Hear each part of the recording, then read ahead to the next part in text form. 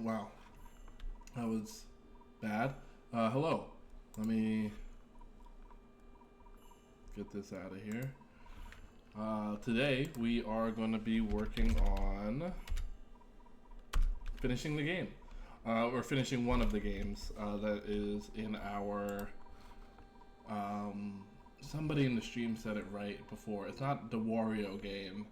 It's some other game I can't think of right now. But essentially, again, it's going to be a bundle of games.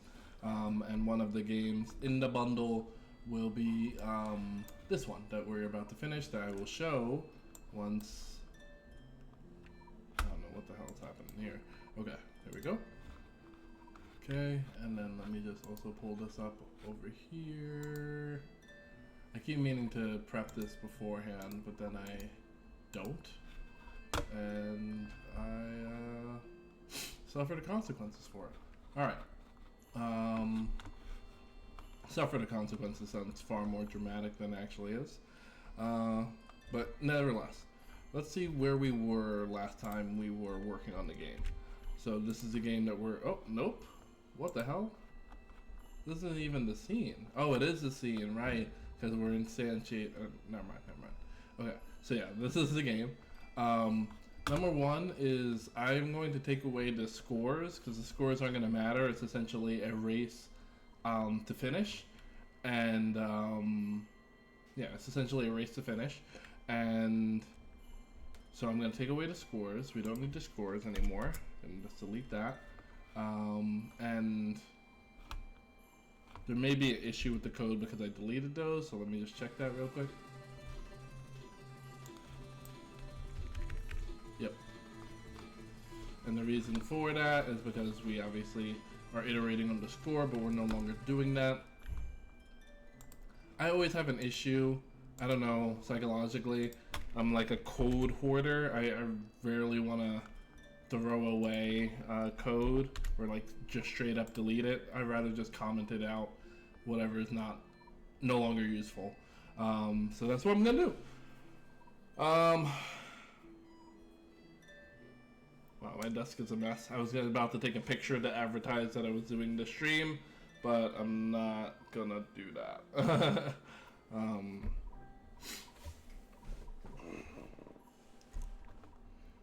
Okay. So, what am I doing now?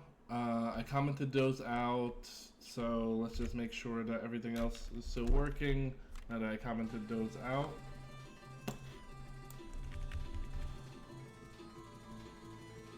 Current audio.play.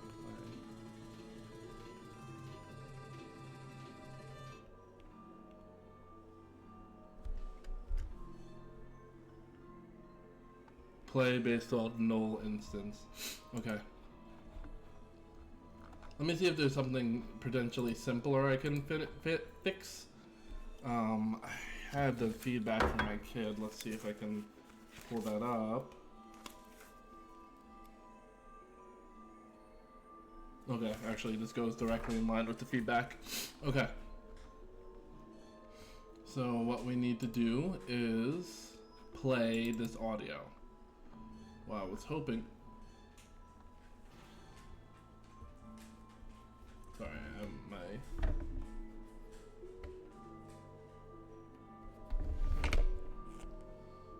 my puppy was complaining and I didn't understand why, but he just walked away.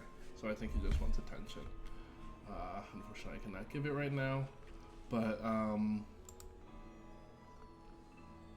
maybe because this is on ready. Because it said like, hey, you want me to play, you want to quote play something, but what you're telling me to reference is it doesn't exist. And perhaps it doesn't exist because it's on ready and it's not updating, rather it's just pulling it from the very beginning of when the scene starts. Hence on ready. Once the scene is ready, this is the variable you're working with. That is not actually what we're doing here. Okay, cool. Happy you're in here, and Null. And yeah, enjoy the game with your friend. I appreciate you being in here, but never an expectation of full attention. I greatly appreciate it when you do, but yeah, have fun. And then when you come back, let me know what game you were playing. So yeah, that has to be it. Is that we are currently referencing something that doesn't exist in the current scene. That's my logic. That's my understanding. So how do we... Is there another instance in which we are referencing the...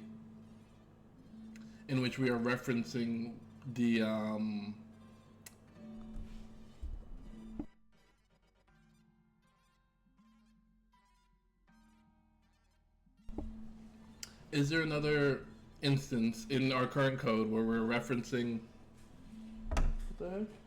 Jiraiya, you have to wait. I walked you 4 times. You didn't go once. You have to wait, buddy. I'm sorry.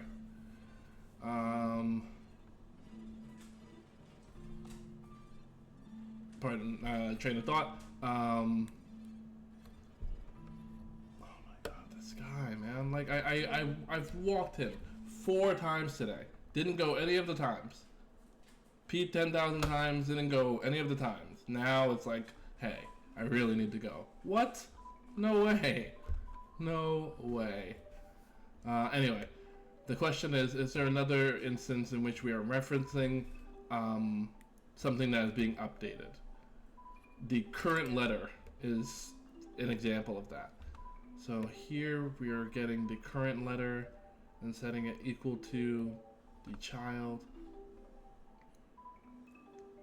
So current letter should work then, since current letter is an onReady variable, and since this works, we are getting the child. We're saying, hey, the audio is equal to this, the current letter, which we know works, and we get the child, and specifically the 5th child. And let me just make sure that is correct.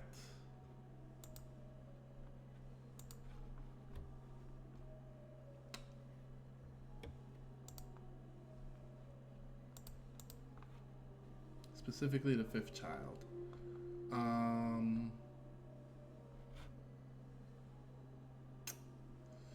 Specifically the 5th child. So this is 0, 1, 2, 3, 4, 5. Yep. Yep, let me make sure. 0, 1, 2, 3, 4, 5. Yep. That is the 5th child. So that should work, but we're getting a null instance. And let me just make sure that that is indeed the error. I'm just gonna, to test it, I'm gonna go on the opposite side. Huh. Why did that work? Oh, maybe because I don't have... Yeah, I don't have the audio play on player 2. So that's why that works. But we are spelling it correctly. Let me make sure that simple of a thing... Oh wait, I didn't check what the error message was. Pardon? Oops. It's gonna be quick. Yep. Attempt to call play in base null instance of a null on a null instance. So it doesn't exist. You're telling me to play based off of what this variable is, but this variable is showing up as nothing. Why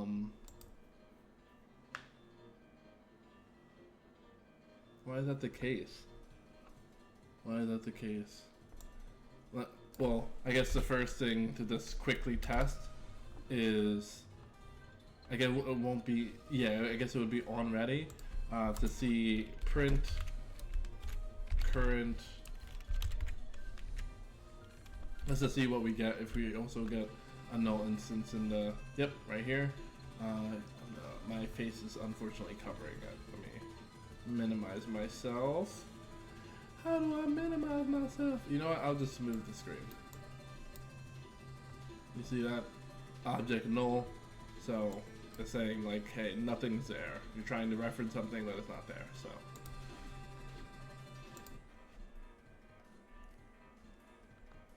But if I do current player letter,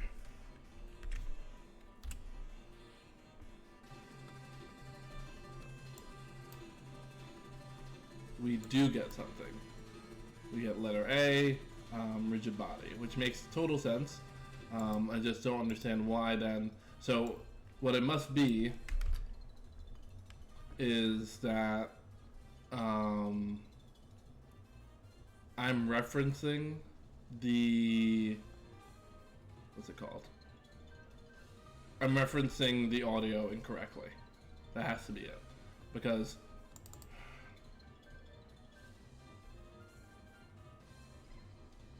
is this P1 letter? P1 letter is on ready. Okay, yeah. Because I was like, maybe I can't define it if I set it to something that is already on ready. But that's not the case. Because we're using the letter list for player 1 here. And then for on ready. So we should be able to do that. So that's not the issue. Let me do this. Let me take away this. And in the ready statement, print the current, which should produce, right? Because I set it equal to, this should produce the same thing that we saw before, the rigid body of letter A. And that is what we see. Okay, so how we're referencing it is the issue. So once we, let's go back up. So here, and now are we able to get any child? Get underscore child. What is get children, out of curiosity? Returns all children in the array. I think that would still be useful. So let's just see what that produces. And the reason I want to do that is just to see if I can reference the children of this object. So F6. Which I can. We see the collision, we see the shape, and we see the audio streamer, which is exactly what we want. So that's, we can access the children, for sure. Why we can access the children, for sure. So we're going through the process of elimination here. We can indeed reference an on-ready variable. We can access its children. The leading question is, why can't we access the audio stream, this particular child, the audio stream, where the audio is coming from? Why is that the issue?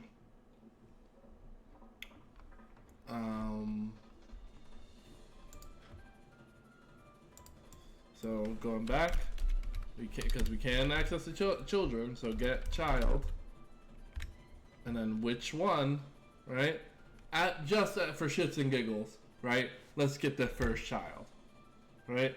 And the first child should be I think the rigid body. Yeah. So it should, again, produce the same code. Pardon the redundancies here, but I just have to make sure, see where's the breakpoint.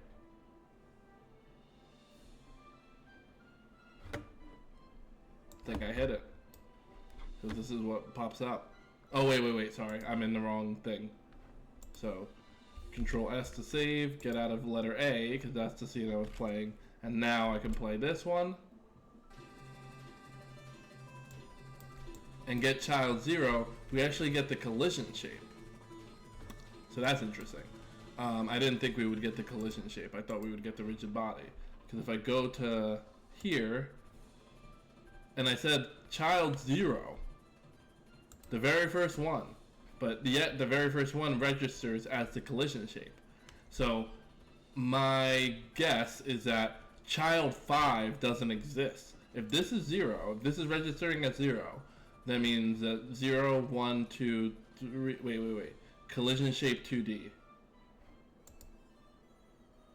There's 2 collision shape 2Ds. So now I need to be specific.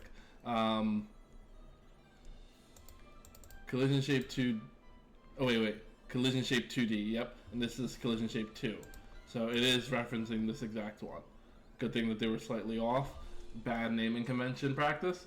But I don't necessarily, I guess, detection for collision. I am aware that I'm a bad speller. I never heavily cared about spelling. It's just a weakness of mine. I've always been like, you fucking get it, right? But I don't. That may be spelled incorrectly. I don't know. Just to retest it, F6. This is the wrong thing. Again, I'm playing the letter A scene. Let's close that out. Control S just to make sure, and then F6. Pulled it up, and that is the collision shape 2D. Yep. So this is child 0 that we're getting. Let me pull this back up. Is the collision shape 2D. Oh, I think my stream is also slightly off center. I have to figure out how more professional streamers do their setup where they can like get the whole play screen off to the side. I have an appointment, if you want to call it that, with Noodles. Again, a gay streamer here on Twitch. They are awesome. Check them out. And they're going to give me feedback on the stream because they have been doing it for longer than I have. So their feedback is going to be immensely valuable. Oops.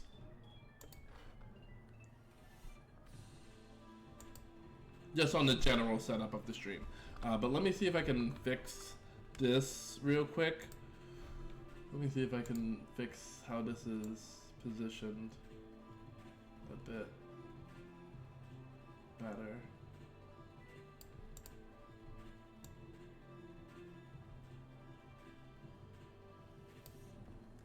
I think that's better. I think that's better. Yeah, I think that's way better. Let me just move me a bit down.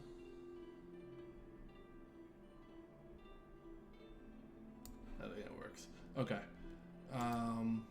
Get out of here.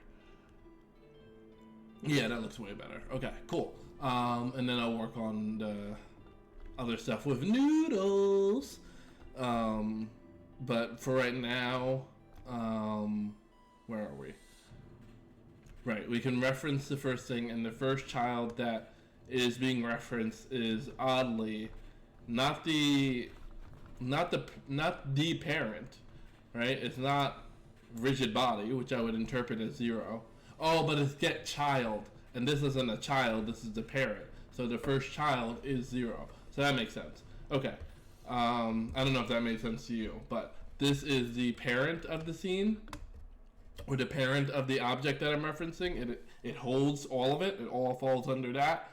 And I'm saying, hey, get the first child. And this is considered the parent. So obviously it wouldn't reference that. So considering that, this is 0, 1, 2, 3, 4, rather than 5, what I had before. So let's go back. Get child 4. Okay. And now on the onReady, we should see the audio stream being referenced. And F6. Object null. Why the hell? So at what point? That's interesting. That's really, really interesting. Because with get child 0, right, we get something. We get a collision shape. But if I say get child 4, maybe I'm counting it wrong. 0, 1, 2, 3, 4. No, it should be 4. So at what point does it break? At what point are we no longer able to reference it? Here is child... Oh, maybe it's... Maybe because this is... a child of the collision shape? It doesn't count? So 0, 1, 2, 3? Maybe?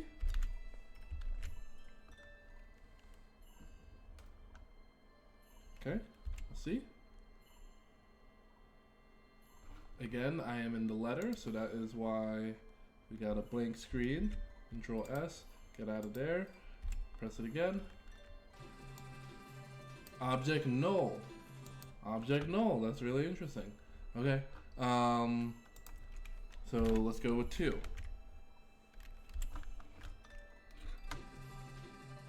Audio stream. Why is audio stream object 2? I mean, I'm happy we figured it out, but why is my question. Why is it 2?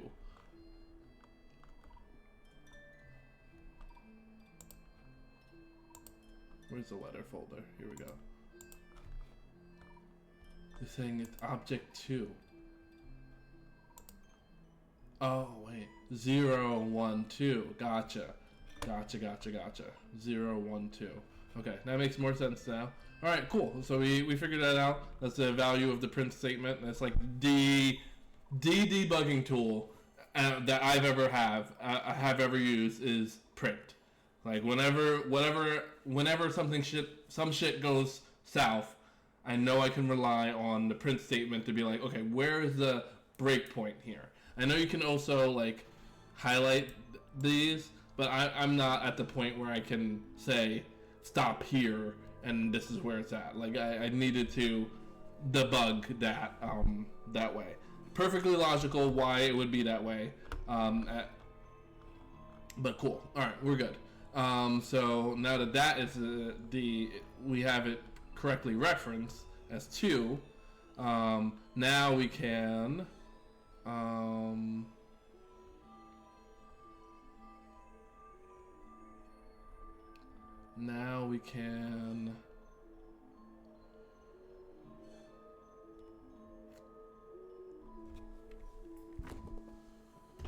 give me 1 second.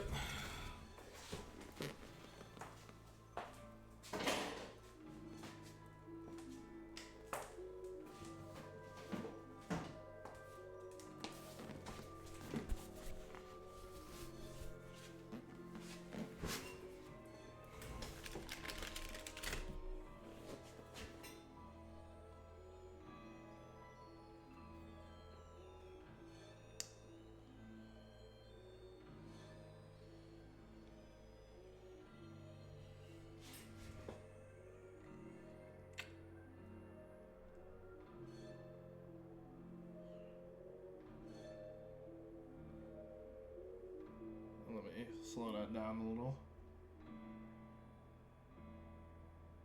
Okay. No,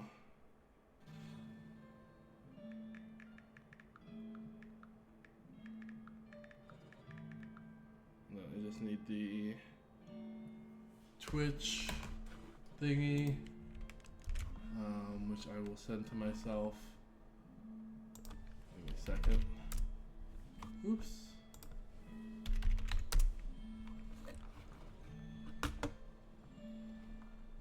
Hopefully this way I can always just reference it super easily.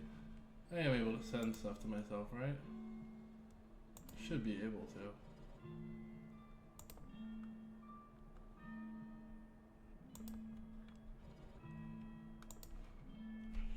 Jupyter. Okay, yeah, I can send stuff to myself.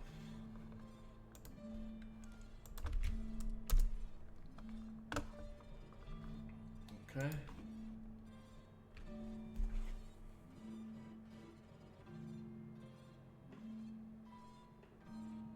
Shoot.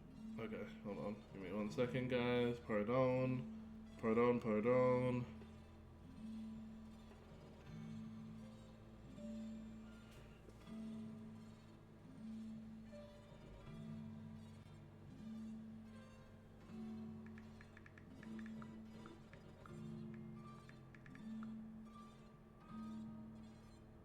One. Come on.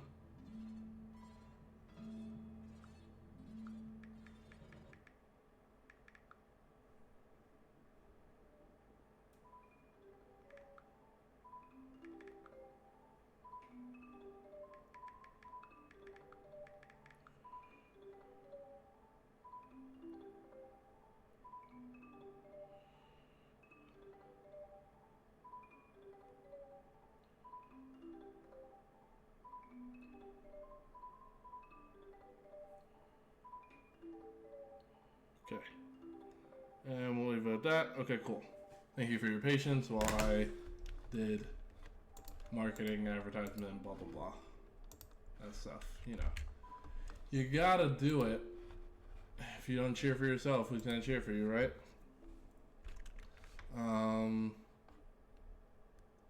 Okay.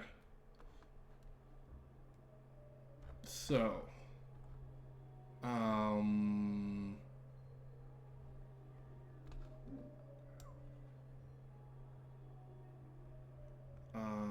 am I looking for?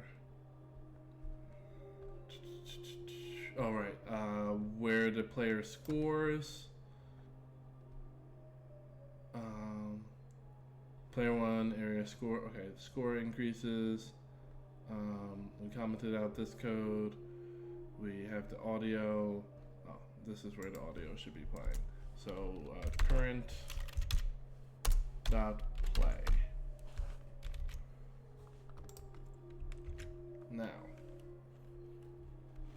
Now I'm gonna have to stop the music for a second so we can test out that. I keep doing it where I'm in the letter itself. Save. F6 to play.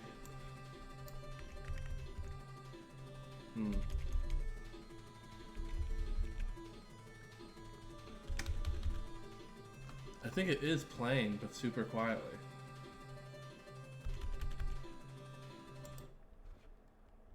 Hold on, to test that out, let me just shut off the music for a second.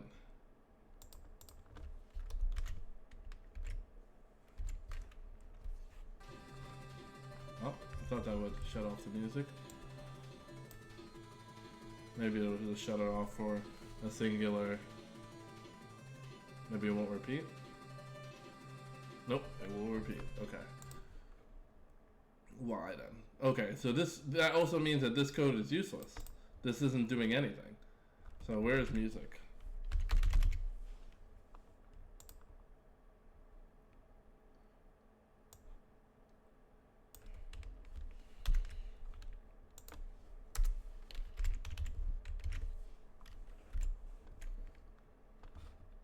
Okay, here it is.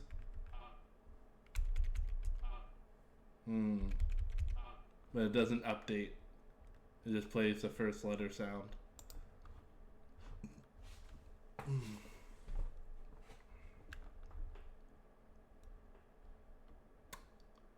It just plays the first letter sound. But we've made progress, right? Now it is at least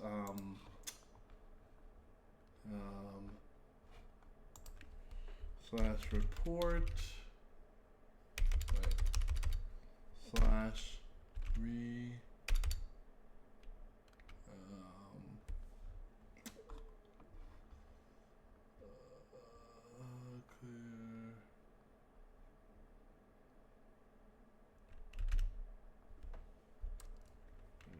clear restrict SNO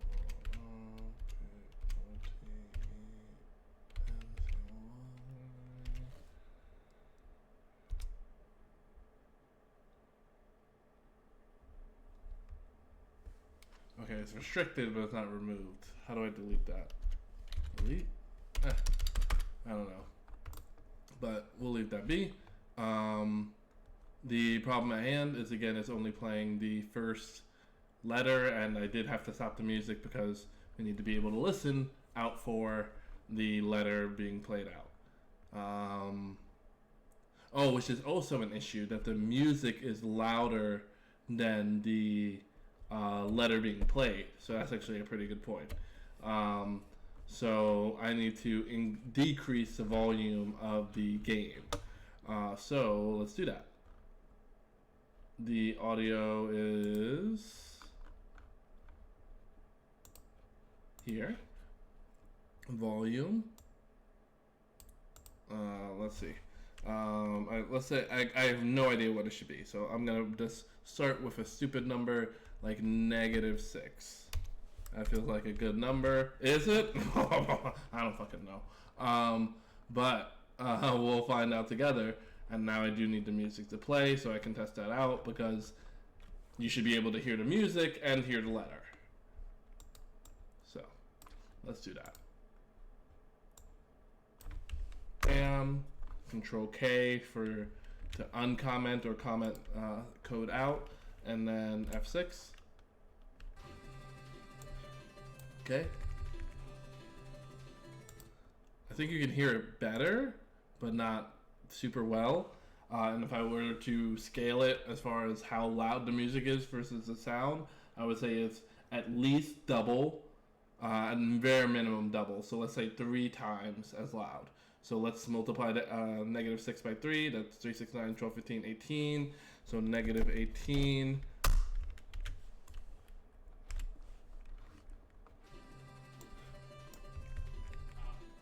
Okay, that's better.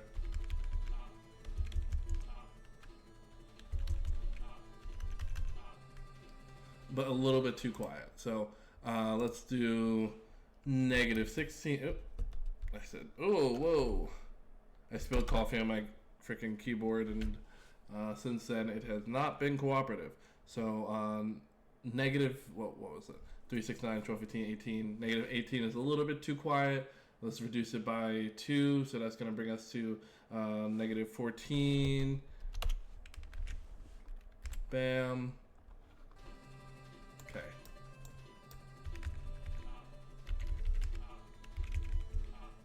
Okay, I think that's good. I don't think we need to. Yeah. It's still kind of getting drowned out. Now, yeah. Just decrease it's easier to just to decrease the volume. So let's stick with the original number, which was -18. Retest that one more time.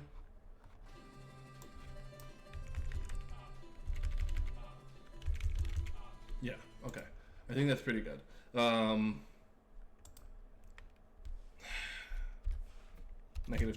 Last try, and then we move on.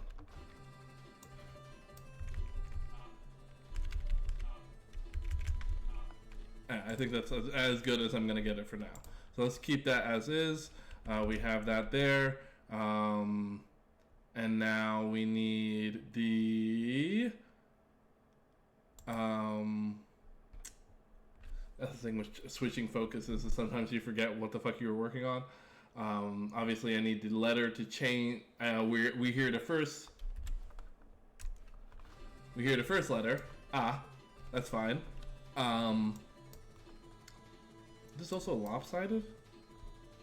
No, I think it was just a lopsided on my screen. Okay. Should also move this up or decrease the. Anyway, let's stick with one thing at a time. We hear, but we don't hear B. So number 1 is the first check. Is there a letter, the appropriate letter sound attached to letter B? So let's see.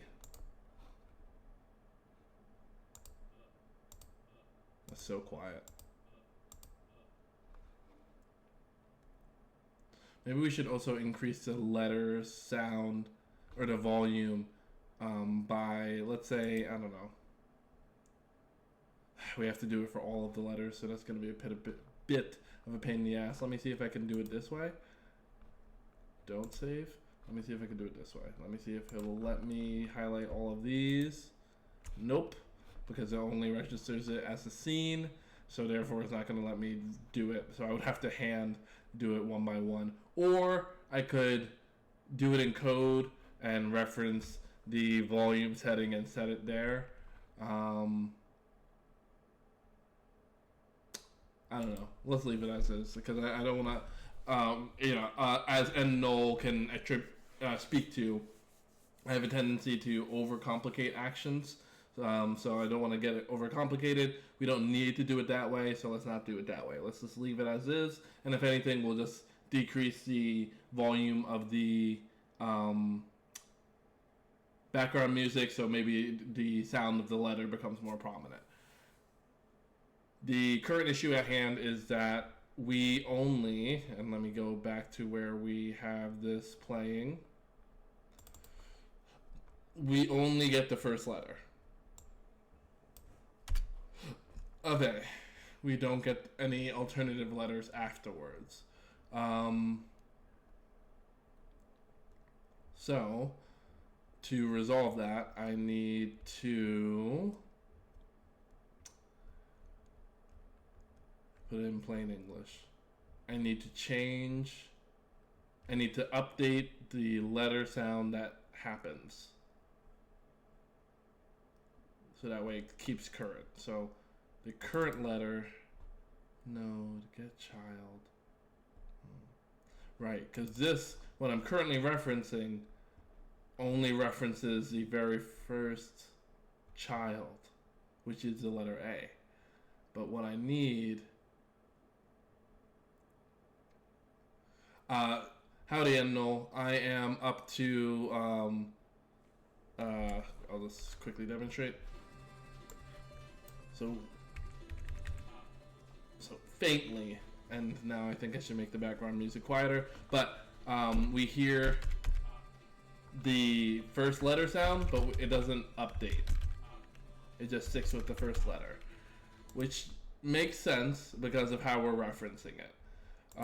So I think we either need to change how we're referencing the audio, or we need to just update the child of the audio, because that's what I do in order to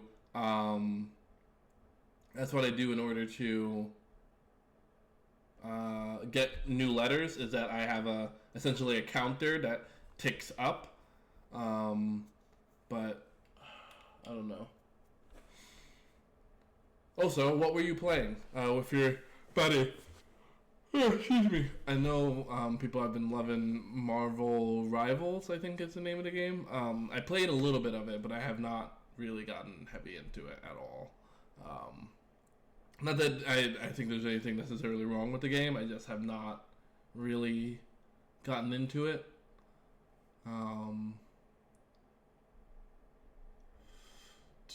Audio stream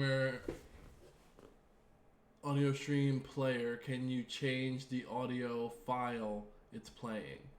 Can I change the audio file it's playing?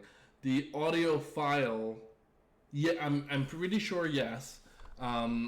However, so all right, think clearly.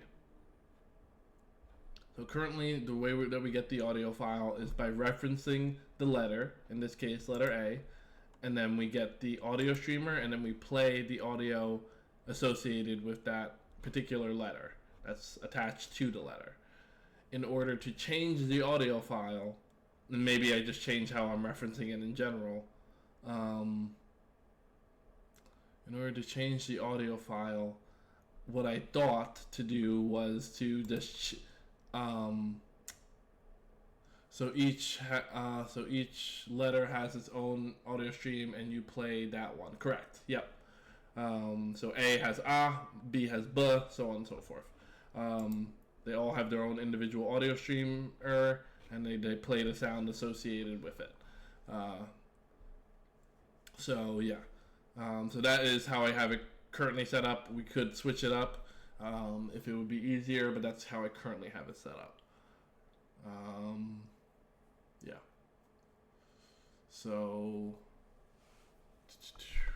let me just get some music here real quick, because the silence is killing me.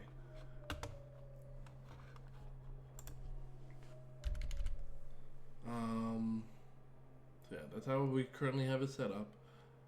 And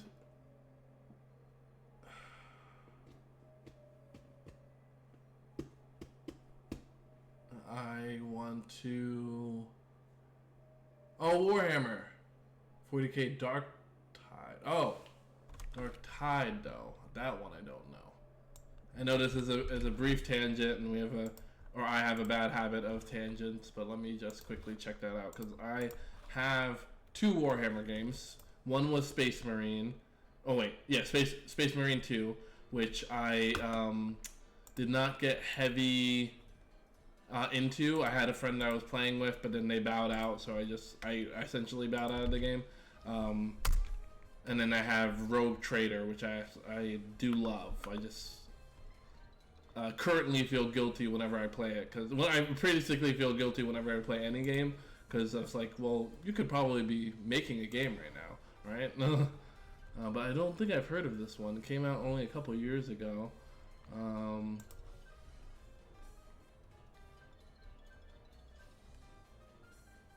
there's a community for it. It's first-person shooter. Oh, you're not playing a Space Marine. Which is always refreshing. Oh, you can be a freaking what are they called? Oh my god, not a wizard. There's a void touched. I'm blanking on the verbology right now. Not void. I don't remember the name. Space Marine team also, but we played it a ton, and so I took a break from Dark Tide. Psyker, thank you, Psyker. Yes, exactly. You can play a Psyker. Gotcha. And that is the symbol of the Imperium, so I take it these are sanctioned Psykers. And then Agents of Chaos. Oh yeah. Because there's the Bible, or you know, the holy text, which is again hella ironic in because Big E was like no, but yet it fucking works, Big E. So fuck off, like kind of like Left 4 Dead before Decay. Oh, that sounds awesome. That sounds like a whole lot of fun.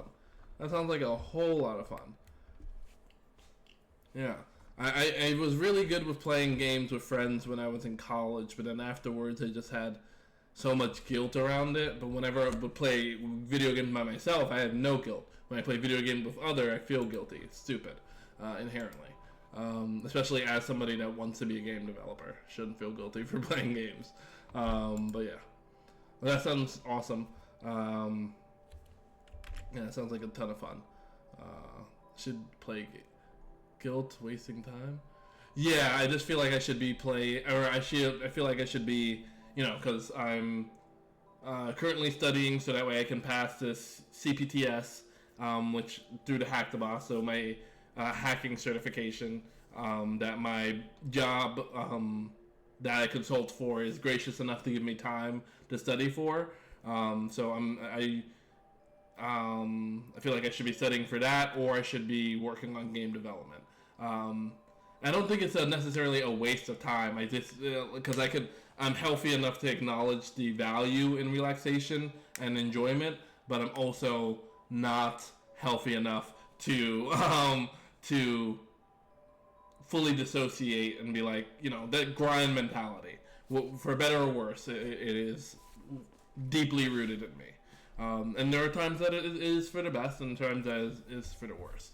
Again, that being... But again, I don't know why I have the guilt when it's only like when I'm playing with somebody else. If I'm playing Skyrim, which I recently got re-obsessed with, I'm perfectly fine. But if I'm playing with a buddy, which... I don't know. Hey, buddy, I'm just not... I just feel guilty. Sadly, I sadly consume lots of media, not too much TV, but books and video games, anime too, I guess. Anime's great, video games are great, and I think it becomes too much. Like, it becomes too much when you feel like, that's a good philosophical question, therapy question for myself. Well, when do I feel like I'm consuming too much?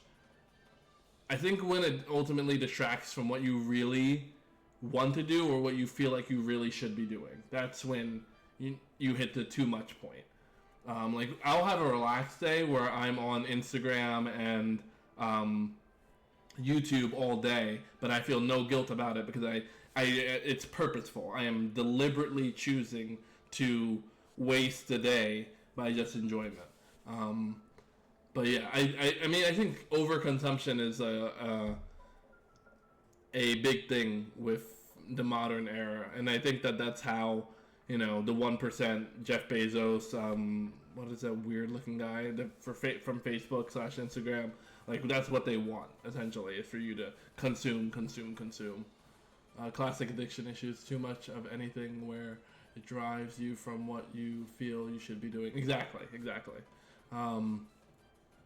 Like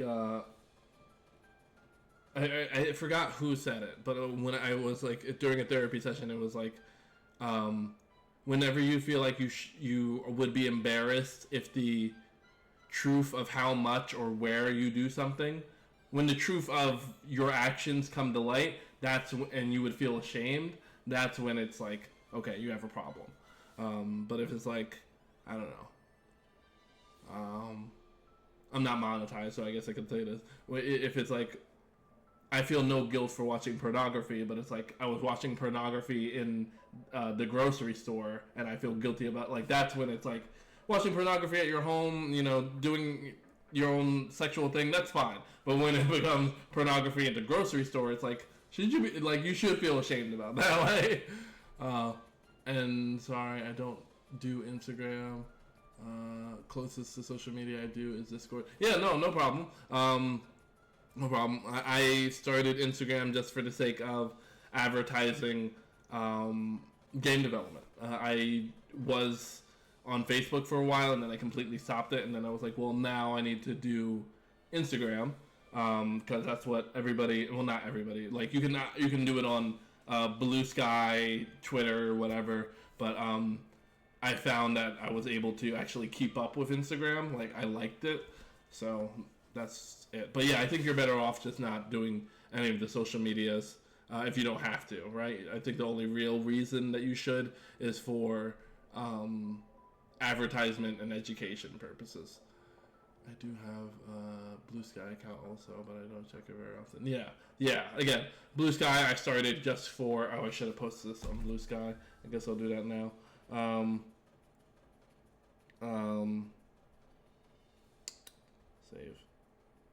Save video. Blue Sky I again started for just the sake of advertising the Twitch and general game development, which again is kind of funny because I forgot to do it this time. So let me just quickly do that. Come on. I'm trying to be quick, you son of a bitch.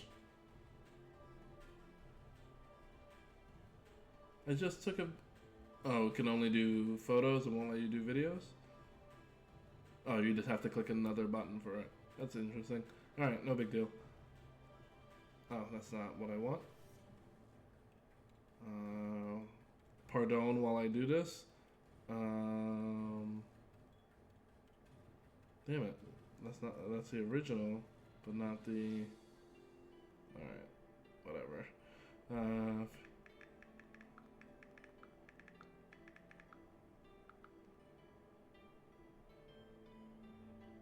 And then it's not gonna let me do it. Alright, fuck it. I'm not gonna worry about it too much.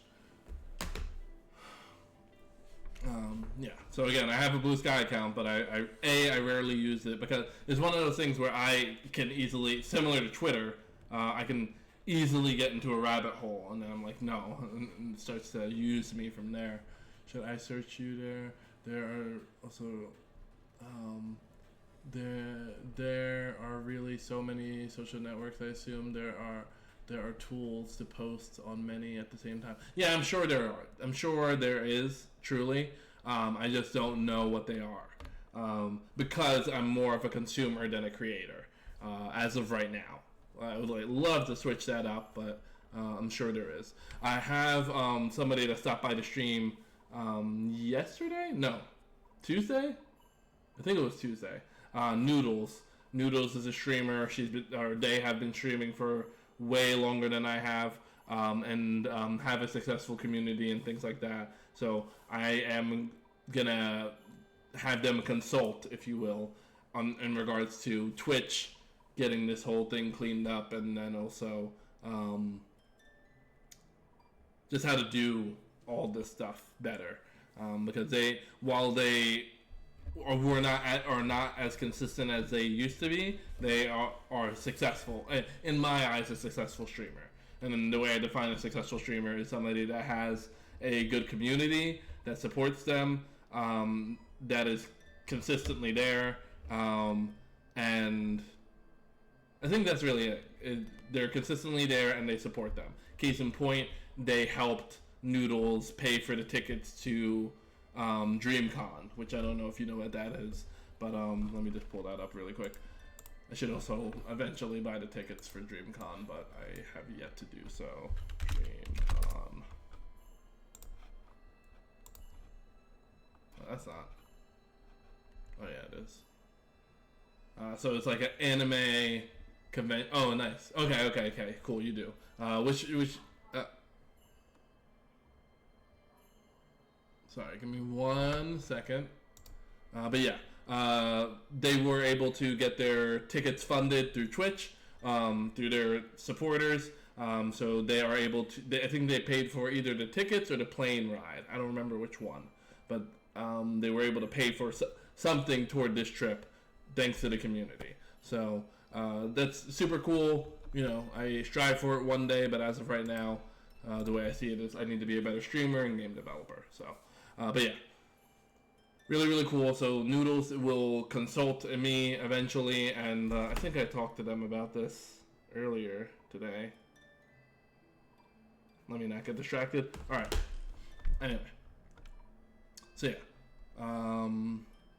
successful streamer, in my eyes.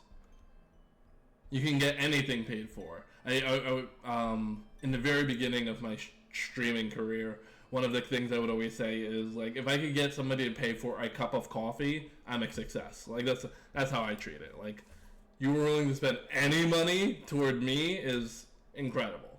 You know, I'll have greater goals down the line, but like, it's really just going to be focused toward me doing this more full-time, game development and hacking, and then how can I help people, like charities, black-owned businesses, things like that. Anyway, what is the problem at hand that we're working on? I believe to alternate between the audio that is being referenced. What we did, because the letters are changing, right? I guess that would be the easiest, because we are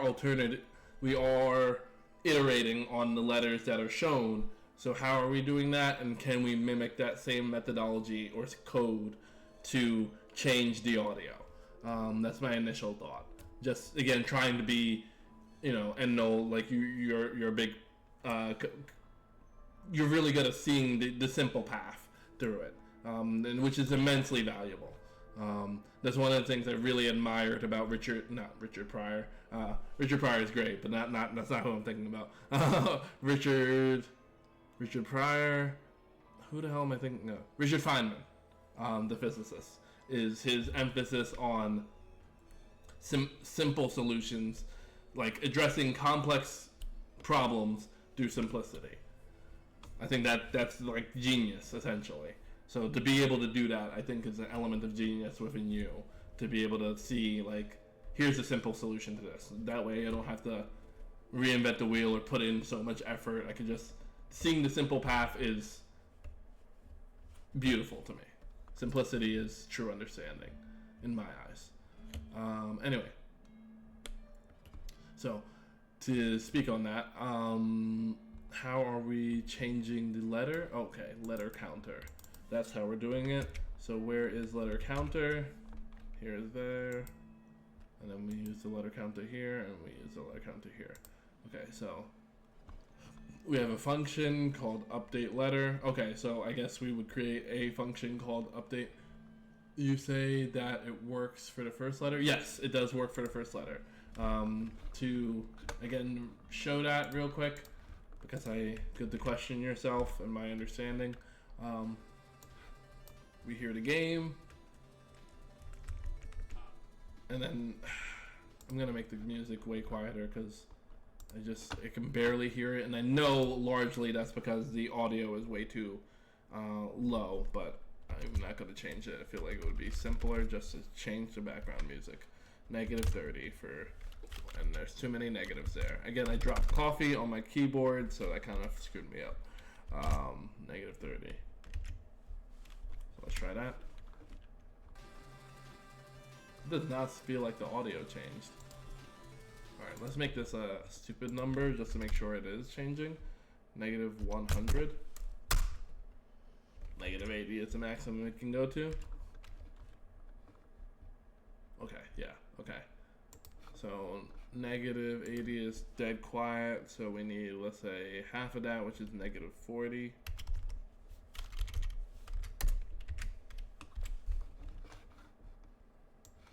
Okay, negative 40 is too quiet, but again, it's so quiet, I'm probably gonna have to change it. But there's ah.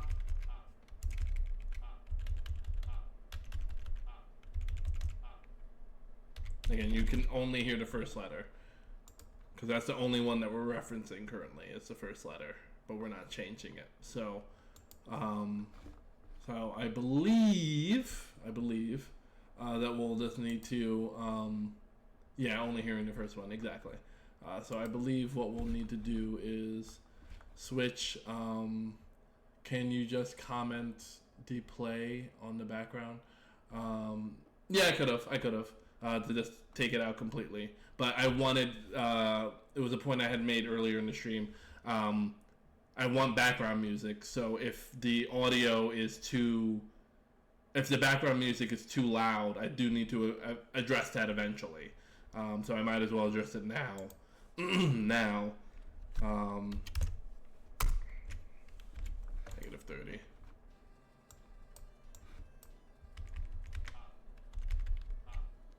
Okay, that's better. Negative, not 30, let's say good, I don't know, negative 25.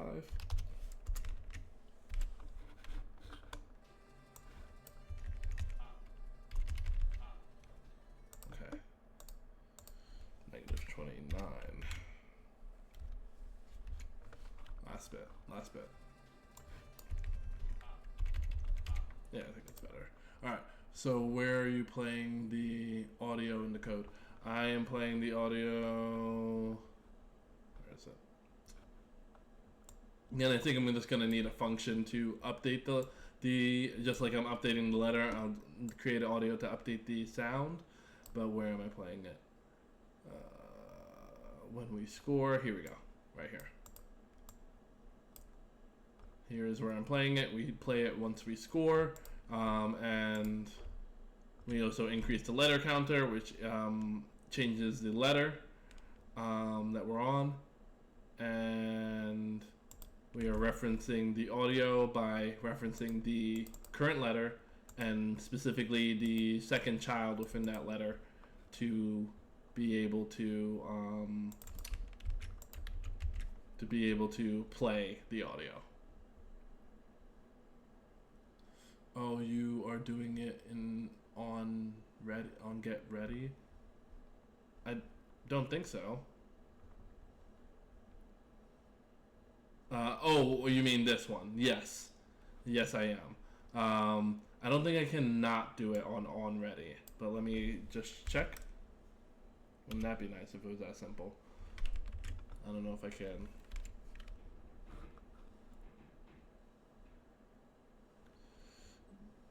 Cannot call method get child on null value. Yeah, it won't let me do it that way. Has to be on Ready. No, just saying you'll need to change it. So you just need to update that. Yeah. You just need to update the same as I'm doing with the letter. Again, applying that same methodology.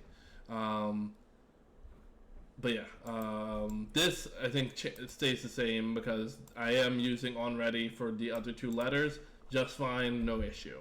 But yeah, I'll just need to create a separate function. So we have update letter.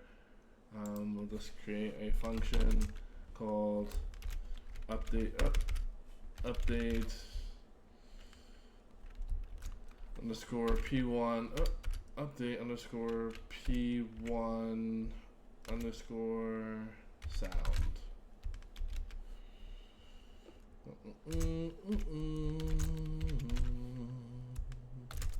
And then how are we doing this? Can use the same line mostly, exactly.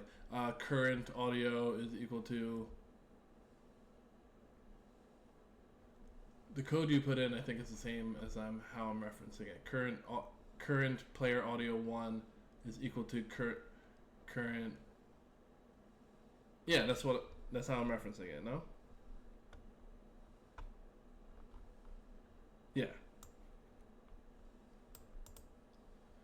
Because the letter change. Wait. Yep. You just need to run the same line again. Because the letter changed. Oh, that's an interesting thought. Similar to what we had for the music, to just rerun that line. How would that work? Or is it what you were saying is, again, essentially this, but for, I guess it would be these first two lines for this function. I just want to make sure I'm understanding you correctly. Current player audio is still pointing to the old letter. Yeah, exactly. But in order to update it, I don't know. In order to update it, we reference the first letter, and then we would reference it again. So what is it? I don't know if we need an individual function for this now, but current audio player is equal to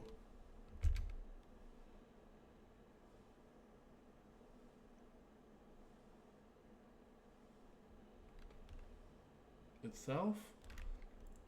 Just run the same line again, but after you change the letter. I don't know. Let's give it a shot. All right.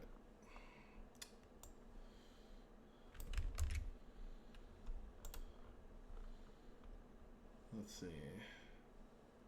So here, we play the sound, and then we boom.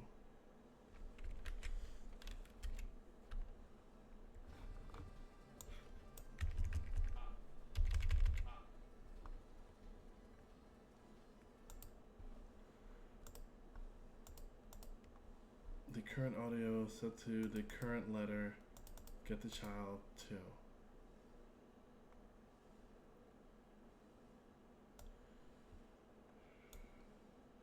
Where are you changing the current letter? I am changing the current letter in. What do you mean by change? I am updating it in this update function. So update the letter if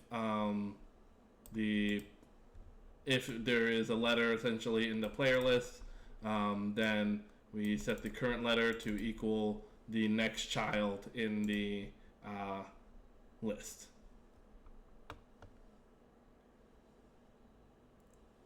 It will need to be after that. Yeah, that's what. Did I not? Okay, right here. So let's see if that is the solution, if it was just a sequence order thing. Bada bing. Oh, yep, you're right. It was just a sequence.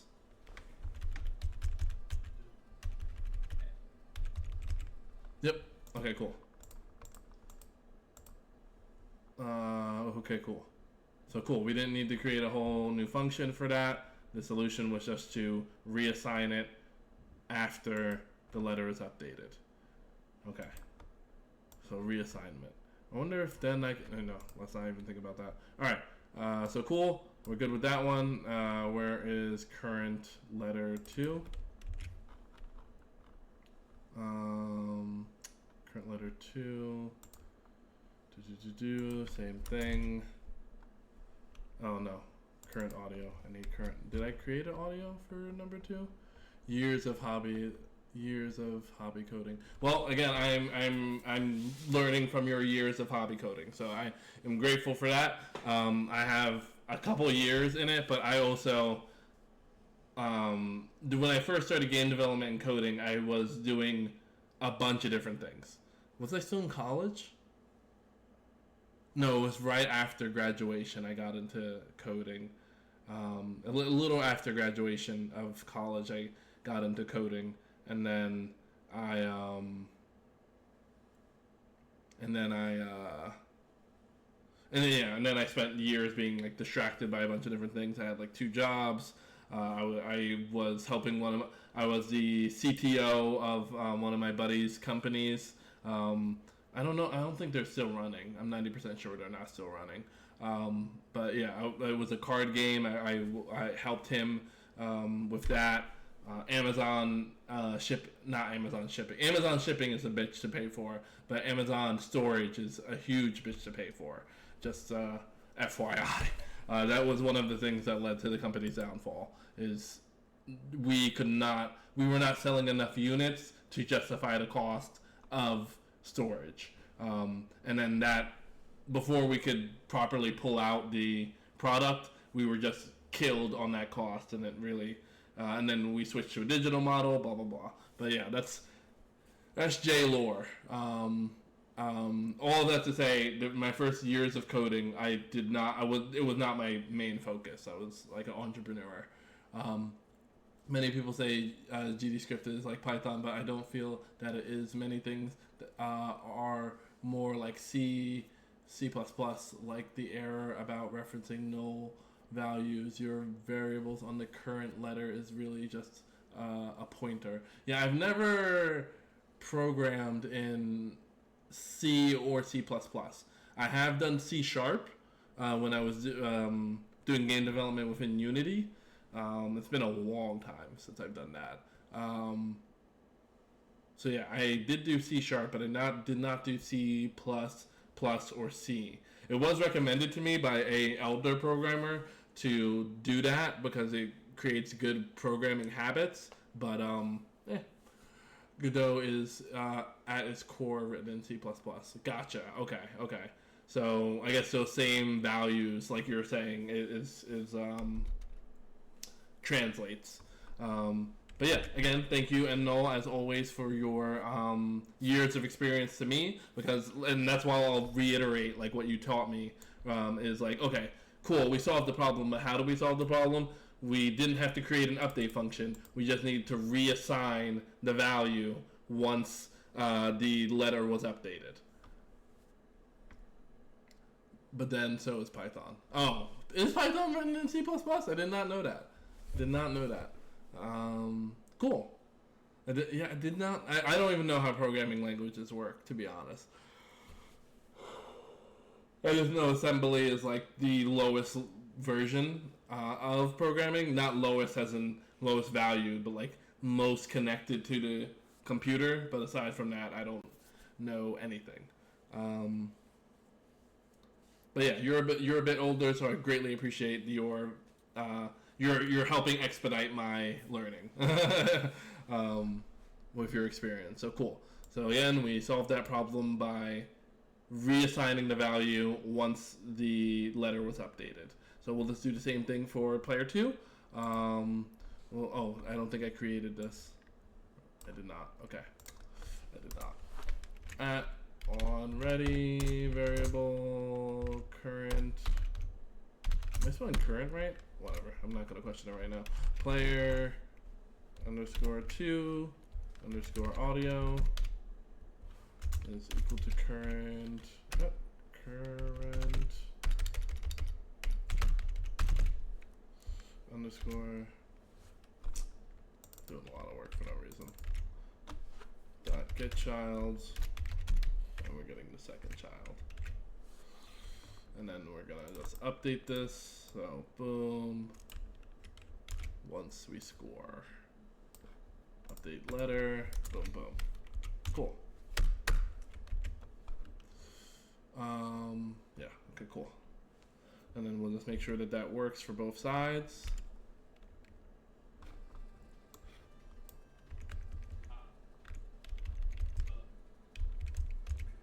We're gonna have to update, or we're gonna have to increase the volume of each letter. It's so quiet. Yeah, it's way too quiet. Oh, sorry. Let me test player 2. I don't hear it. Oh, maybe because I didn't have the play. Yeah, I don't have play.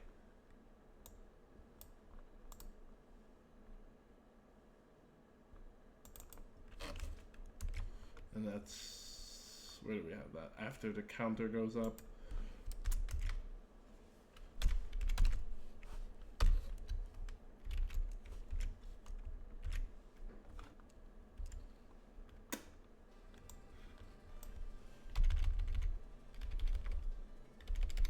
No, I don't hear it. So load a file, parse the text in it, and based on the text, perform the different action. I don't know what. Oh, okay. I missed the first bit of your statement. I was like, "What the fuck are you talking about?" I was like, "You're talking way above me." Okay. In advanced C classes back in the day, one of our projects. Oh, okay, yeah. So you've been doing this for a little while, and you had actual class for it, which is also great. That's one of the things I really wish, and I guess I could still go to college for it, but I guess I'd rather just learn it this way. But to have a teacher with it. Anyway, in the advanced C class, one of the projects was to would bypass having to take the final for the class, was to write a basic style language interpreter. So load a file, parse the text in it, and based on the text, perform a different action. Gotcha. Wow. Did you bypass the final? That's crazy. And I say that just because I'm not a particularly good programmer. So the idea, oh wow, and no, holy shit, that's crazy. At least to me, I think that's crazy to be like, yeah, I'm gonna essentially write how I interpret it, and let me know how right or wrong I am. I'm going to write maybe not an entire programming language, but programming verbology that will function that functions just as a programming language does. That's crazy. Let me know if my interpretation of that was correct. But yeah, that's so cool. That is, it was very simple. Is, I don't know. Maybe again, I'm just not maybe I'm a worse programmer than I thought because that sounds crazy complicated. Or it's similar to what you're doing for me, where it's like, no, it's not that complicated. You just need to understand essentially the logic of it all to be like, well, at this point, or the sequence of it all. At this point, do this. At this point, do this. As in, my language was simple. Oh, you're saying language was simple. Okay. I mean, even if it's simple, it's still incredible. And kudos to you for bypassing the final because, again, you're a bit older than me. So the way I would understand it, you didn't have, GitHub or YouTube to reference, right? You just had your, I imagine your college notes and, I don't know, textbooks to go off of to do that. Even if it was a simple language, that's crazy impressive, considering your resources at the time. It would store, I want to say that's variables, but I don't, it's VRS, I don't know if that's variables, and had if branches, and only looping it had was a while loop. Still, you did a programming language. Like, that is a cool, I think that like, there's a lot of, like, I don't know, I even hate that I'm saying this because I'm still pretty young, but I'm like, nowadays in college, like, I saw one, or rather, in one of my classes, to bypass the final, well, all we needed to do was make a compelling argument as to why we should. It was in one of our classes. What was the class? God, I don't even remember what the class was. But a lot of people just took the final because they felt anxious about going in front of the entire class. It's a big class, and presenting why they think they should. Because obviously you're up to scrutiny of the class and the teacher to be like, they'll question you after the presentation. But I did it, and then it's a very easy thing to be like, here's a compelling argument logically as to why I don't need to take this final to confirm that I do know the subject matter. But that is one of those things where you bypass the final, and I think that you earned it because it shows your understanding of programming to be able to write a programming language, despite how simple it was.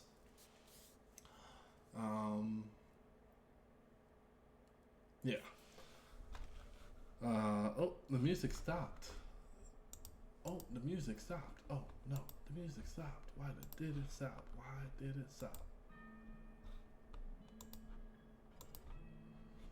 Oh, the music stopped. Don't know why it stopped. Oh, no. It was I think at the time was my fourth programming class. You don't do programming for a living, so like, what was your major? Because I'm like, you don't even do programming for a living. Also, just understanding it like chronologically, like what. I'm just surprised that, and again, this may be just me being stupidly young. Of like, what was, because I interpret programming and all this stuff relatively recent, but maybe I'm incorrect in that. Maybe because I'm like, if you were having a programming class and multiple programming classes, why were you taking A, what were you majoring in, and B, what was the, like, okay, I'm learning all this for the sake of this job, because I know you don't program for a job currently.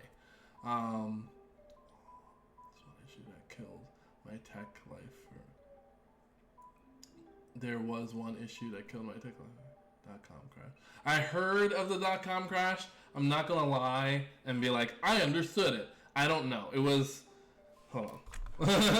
I was gonna say it was before my time, but I don't think it was before my time. I think it was just before I could understand what the fuck was going on. .com crash date. Okay, yeah, I was a child. 1997. So I was 2 years old when this started. Oh, no. I guess I should judge it based off of the climax. So I was 5 years old when the .com bubble actually happened. Okay, wait. March, and by October 4th had fallen to... Wow. Jesus Christ. Wow. Yeah, I was 7 years old, so I obviously could not fully conceptualize what was happening. Nor would I have cared if you described this to a 7-year-old. I would have been like, okay. But how? So you graduated. I'm sorry to like get into the lore of you right now, but you graduated with this advance, to my interpretation, programming knowledge. Then you moved on to the job market. I imagine you get a job programming or doing something like that, and then the .com bubble happens. Is that how? I had a friend who had finished school a year ahead of me who ended up working at a gas station. Okay, go on. I'm super invested. We'll get into game development programming in a little bit. You're the only one here right now, so I'm not stressed. Let's get into it. if you're willing to disclose your lore, but it sounds super interesting. Because again, this is the .com bubble. Again, I was 7 years old when it actually hit its, I guess, hiatus, or it's what is not hiatus. I forgot what that thing is called. The highest note within a song, crescendo. When it hit its crescendo, I was 7 years old. So I know you're a bit older than me, so you were like 20 something, I think. Yeah, 20 something when it hit. So yeah, a full person by the time this happened. So you had a friend who... Okay, alright, I read that. Oh, ended up. So you guys were friends in programming, and then because of the .com crash, started working at a gas station rather than actually doing a programming job. Ended up switching more into production and engineering manufacturing. Okay, gotcha. Well, that makes sense. I mean, that's crazy to have those years of programming knowledge and skill, and then the .com crash happens, and then essentially everyone's like, we don't need any fucking witch doctors right now. like you guys did this. Well, I don't. What was the cause of the .com crash? I don't know what happened. .com crash, bubble, stock market, balloon. I don't. I'm yeah. Let's go to this one.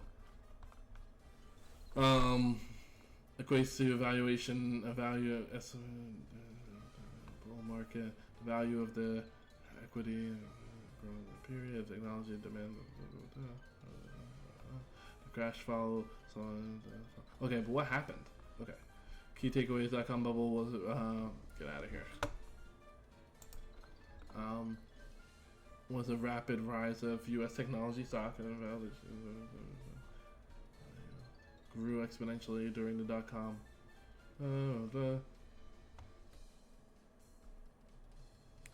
Okay, but what happened? What caused the crash?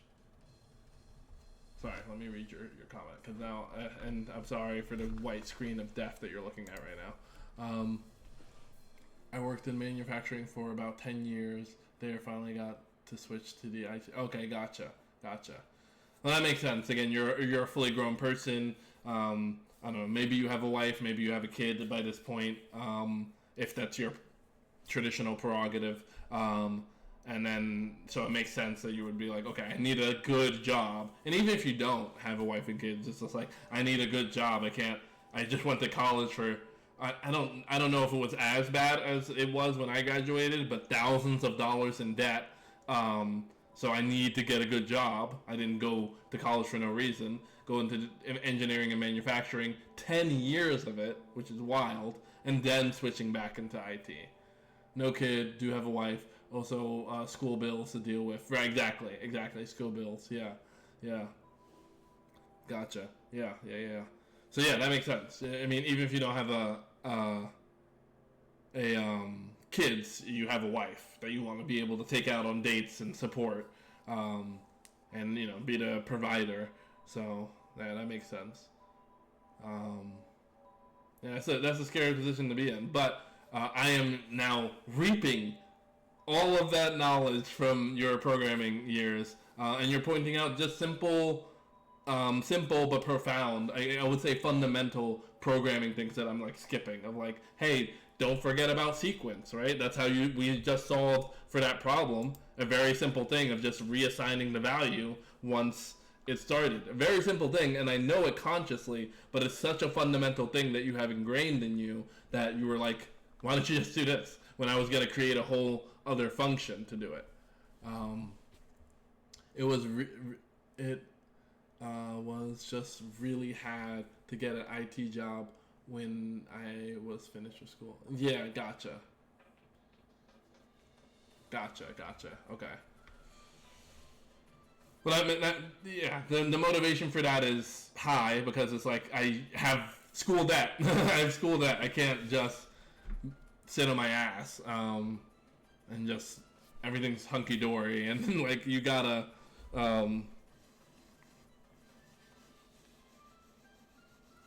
Pardon.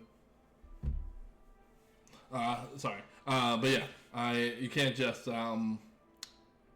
sit on your ass. You do like, hey, I'll take any job I can get out of college, which I get.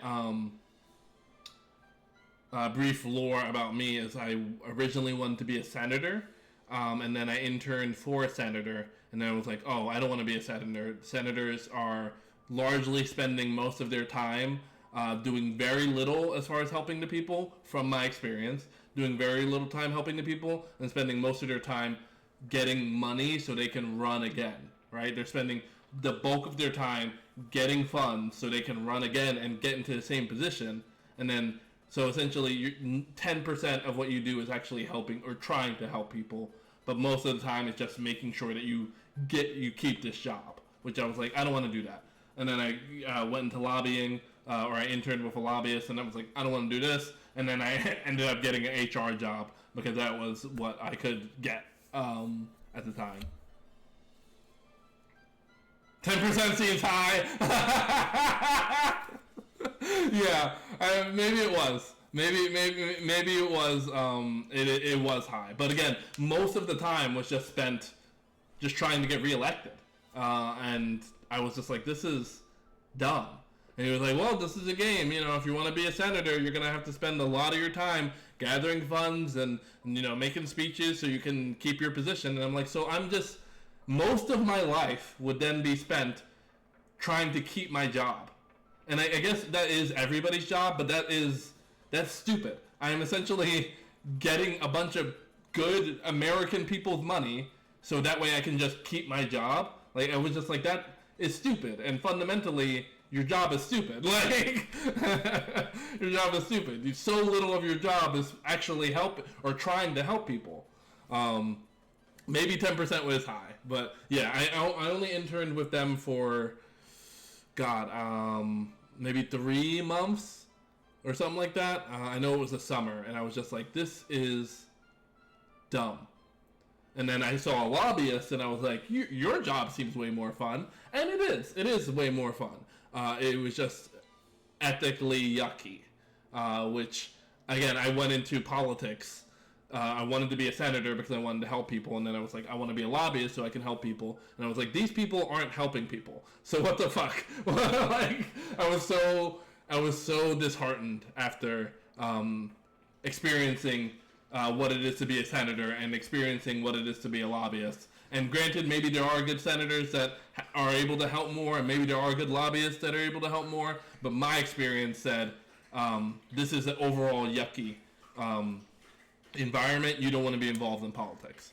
So, disheartened, similar to N. Null, I just went into the job I could get, because I was just like, I spent half of the year doing interning, not being paid, and working GameStop as a manager just to pay the bills. And then I was like, well, fuck, I can't work at GameStop forever. That's a dead end road. So I have to do something. So then I went into HR, and then I hated that, but it at least paid way better. Yeah.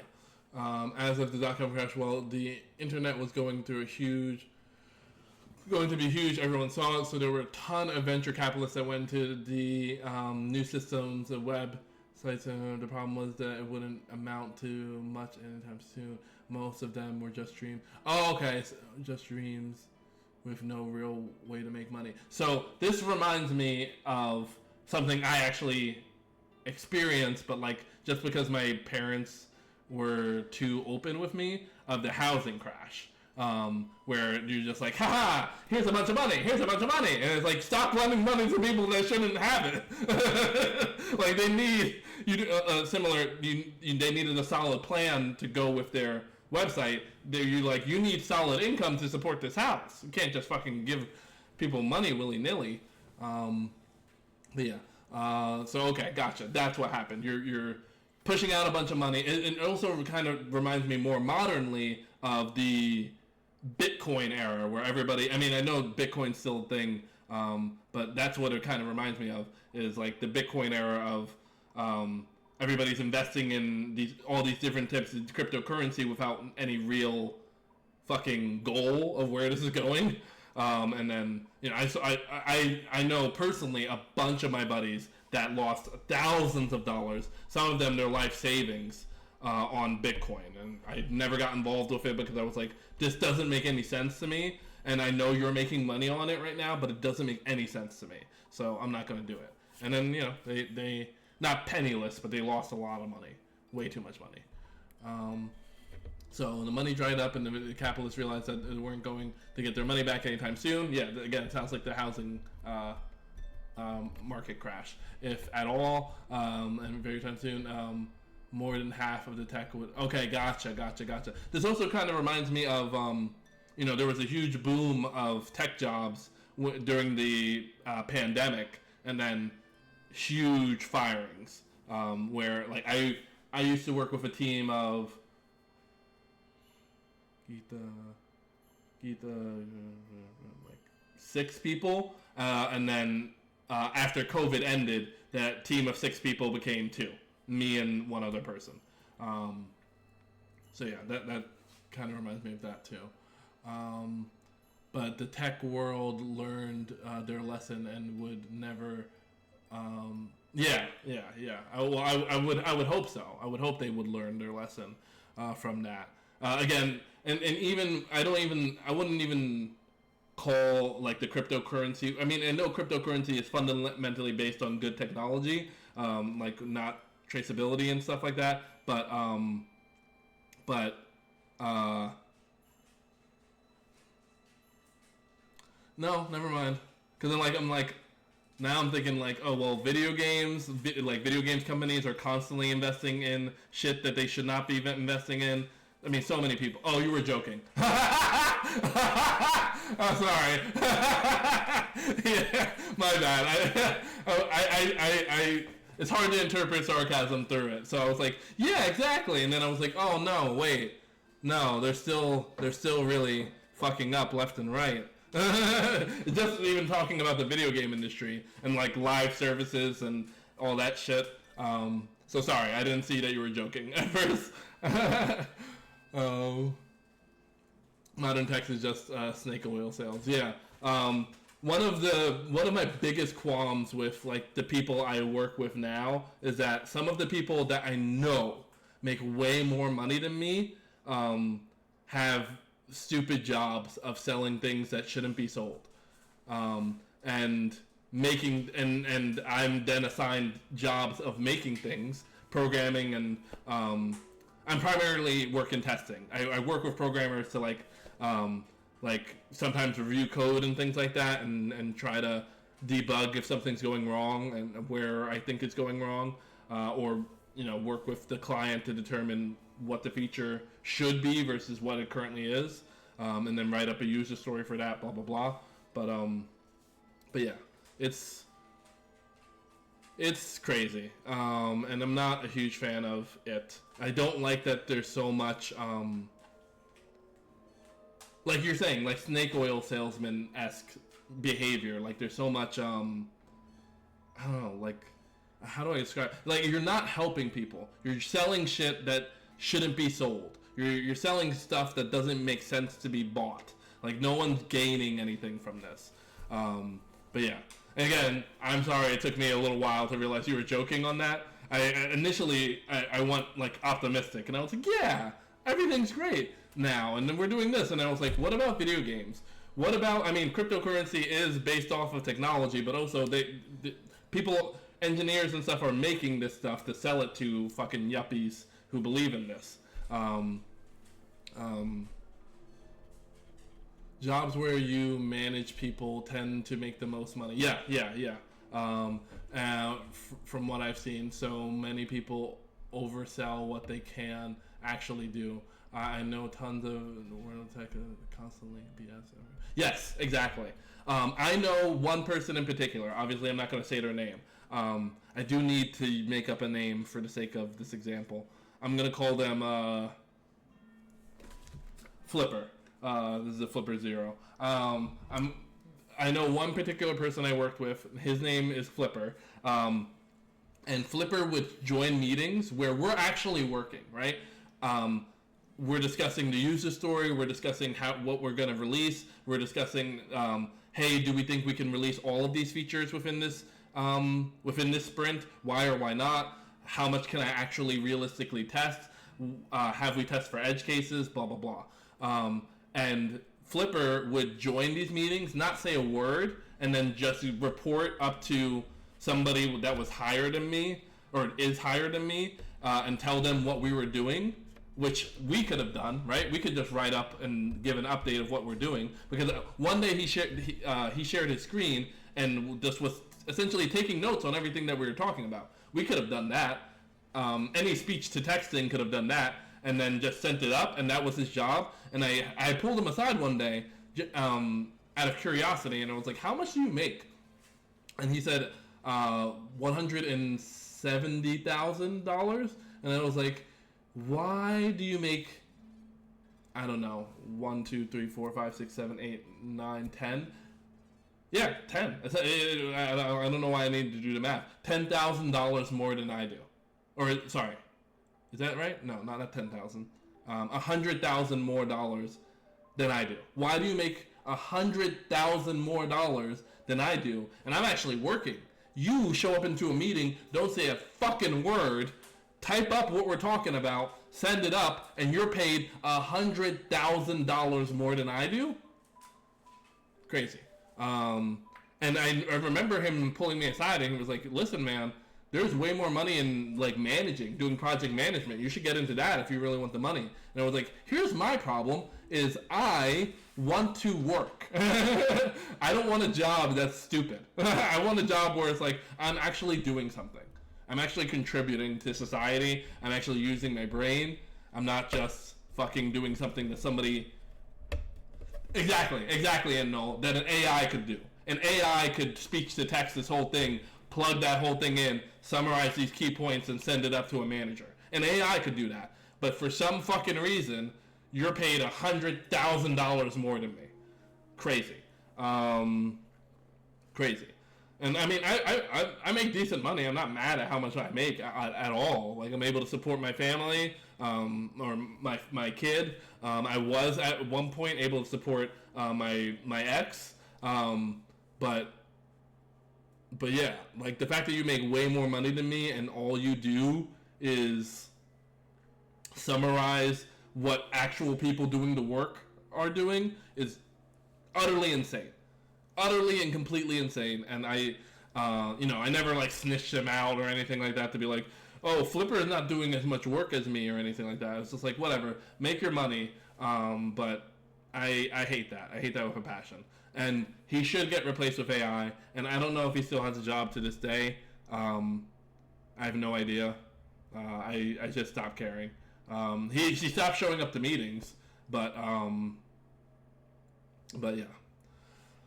So yeah, pardon that rant, but yeah, that was is insane. And again, it's part of what led to a lot of the firing after COVID, was realizing, oh, all of these people shouldn't have jobs. Some of these people should, right? And I knew it. Like, as a QA engineer that worked with the programmers and helped debug code and tested things and talked to the clients, I knew there were some people on my team that should not have a job. Absolutely in no way, shape, or form should have a job. You're not thinking things through clearly. You're not doing basic debugging when we get a ticket of like, okay, what happened? What was the issue? When was the issue? What browser are they using? What version? Like this basic shit, basic recon to understand an issue. They just weren't doing it, and they were fired eventually. So I don't know. Maybe it equals out in the end of the day. But yeah, I personally cannot stand project managers. I know for sure there has to be good project managers out there, but fuck if I know them. Anyway, where are we?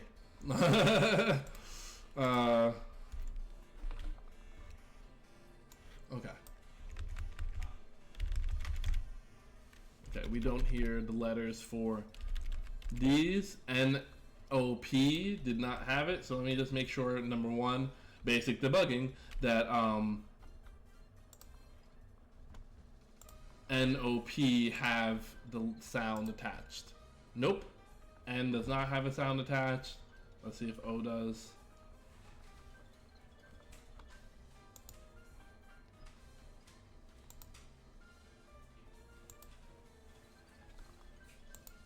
O doesn't have a sound attached, and I'm guessing none of these have a sound attached. Why do none of these have a sound attached? I don't know why I did that. I don't know why I didn't. Okay. Either way, I should have. Is it an audio? No. Where did I put the. Oh, letter sounds. Which should be in the audio file. So it should be right here. Okay. Oh! I didn't do all of the letters. I did so little of these letters. A, B, C, D, E.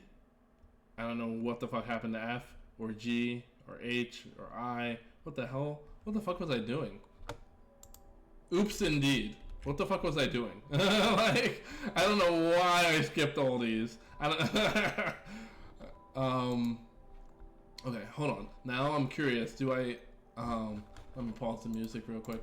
Now I'm curious if I even have. Oh my god, where are you? I assume you have them for the other games. I don't remember. It's been a while since I've worked on this game. But Let's check. Let me check the other games. Well, actually, I don't think so, right? Because this is all of the project files. Let me check. Yeah, and this is only ABC, so that makes sense that I would have up to those letters, because I only had 3 letters in that test. And again, my kid would get so bored of a game so quickly, so it makes sense that I only have...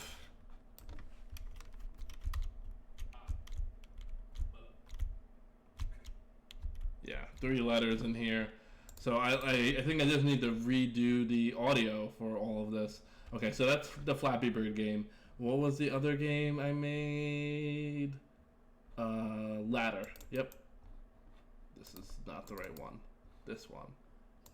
Now, letter P. Letter P, do you have audio attached? You do. Okay, so I did it for the letters I was working with, but I didn't do the whole alphabet, which is dumb. That should have been, honestly, one of the first things I did. Is all of the letters. I'm surprised. Is that true? Did I not do that? That just seems so dumb.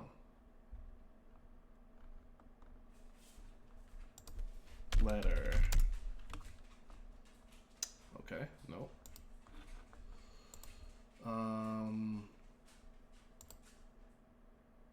Oh, okay, let me type in sound. It just seems weirdly dumb for me not to do that. But it could make sense because I was just working with those letters. Okay, here's some loud. Okay, I don't know why I have 2 P sounds. Do I have E in here? I do not. A, B, C, D, E. Oh, okay, do I have E? I do have D, I do have C, I do have B, M, A, and then a bunch of P sounds for some stupid reason, but I don't know which one to delete, so I'm just going to leave it as is. Okay. And then this is just me saying Papa, I'm guessing? Papa. Yep. That's literally what it is. Papa. And so quiet. I don't know, maybe I wasn't using a mic at the time? Maybe. I don't know. To be fair, I likely wasn't much better as a kid. This is why renting games kind of became a thing, sorry. Renting game, I don't even think I remember renting a video game before. I remember when I was a kid, there was now I feel old. I'm sorry. I'm sorry.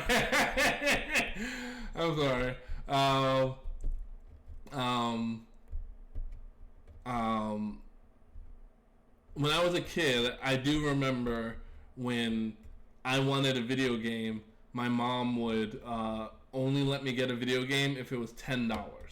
So that's how old I am, is going into a store and video games were $10. $9.99. I remember that exact price point. It was $9.99. If there was a game that was $9.99, I could buy it. God, when did that stop, huh? Jesus. When did games stop being $9.99 in stores? See if this AI and Brave can answer it. Okay, well that's obviously not true.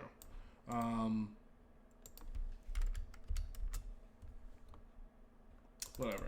When did you rent games?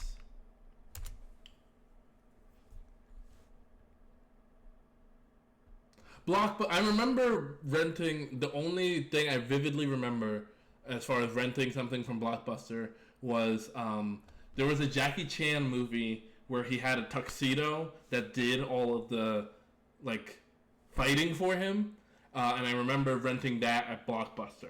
It was like one of the first things that because my father was, respectfully, he was a hard ass who was never happy, but he was having a happy day and was like, "You can rent out the movie." And I saw Jackie Chan. And I fucking love Jackie Chan. I mean, who doesn't? And I was like, Jackie Chan. And first of all, Jackie Chan's super funny and he's great at action. And so we rented that Tuxedo movie from Blockbuster. Let me see, Jackie Chan Tuxedo movie. The Tuxedo, 2000. Yeah, that tracks. That tracks. Yeah, I was about 7 years old. That's around the .com bubble. I was 7 years old. But again, you're like, I think 10 years older than me. About a little over 10 years older than me. So that tracks. Only really old and used games were $10 and below. Or maybe they were old and. Maybe they were old. Maybe they were old and maybe they were used. But I'm granted, I'm a kid, so my memory could be faulty, right? It was way back in the day. But I remember buying them in Walmart. But again, I could be wrong. Also, the world was different back then. I remember NES games. I only managed maybe 2 of them a year to buy. But then you could rent them for a few days. Yeah, I don't remember that. But then again, I think like my first console that I owned was an Xbox, the original Xbox. The very first console that my family owned, my cousin, was a PlayStation. The first PlayStation. So when was that? First of all, SNES. Because I always hear about this console, but I don't think I ever owned one. I feel like I played this, but I don't think I ever owned it. When did it come out? Alright, is this to be believed? 1991. Okay, yeah. So this was slightly before my time. So that makes sense that I didn't have this. But yeah. Often went into file the flea markets to buy used games, and then I could, oh, nice, clever. You gotta be resourceful. You gotta be resourceful when you're young. My first computer was a command. I don't even know what that is. I'm not gonna lie to you. I don't even know what that is. But let me look up an image of it.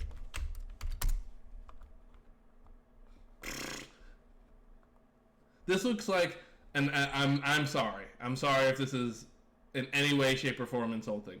This reminds me of a show I used to watch, That 70s Show, and where you had this. I think it was this, and they played Pong on it, and that was like a big deal in that show. And I was like, oh wow, I guess that was the first video game. What the fuck did you play on this? Games.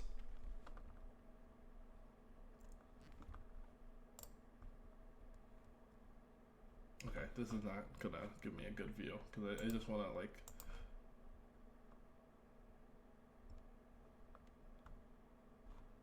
Oh wow. Wow, that's like a straight up keyboard. No, but that's not the same thing you're talking about, right? Oh, it is. This is a straight up keyboard. This is a straight up keyboard. Whoa.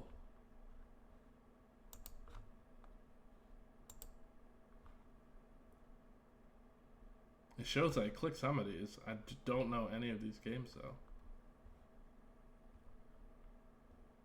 Ace Hammer, Ace. Okay, I was hoping there would be a picture. Anyway, when did this come out? Because that'll essentially tell me if I. Okay, yeah, no. Yeah, computer was a keyboard. Wow. Yeah, them playing Pong with that controller is likely the start of 2600. It used the same controller. Okay, gotcha. Computer with a keyboard. Wow. Now, just from a game developer standpoint, I wanna. Okay, yeah, 19. Yeah, again. Now, from a developer standpoint, I want it just because of it being like so. Again, the beauty of like Final Fantasy and the great game brands of or like legacy brands is the limitation of the software and hardware that they were working with. Now we have sky's the limit, and ironically we have less creativity. But it kind of reminds me of a haiku. A haiku is five, what is that, syllables? I don't remember what you call this, but 575. And because of that 575 format, it kind of forces you to be more creative with your word choice. Similarly, back in the day, you had to be more creative with what you could do with games because you could only do so much. But the games, I would argue, had better gameplay loops and more creativity because of that.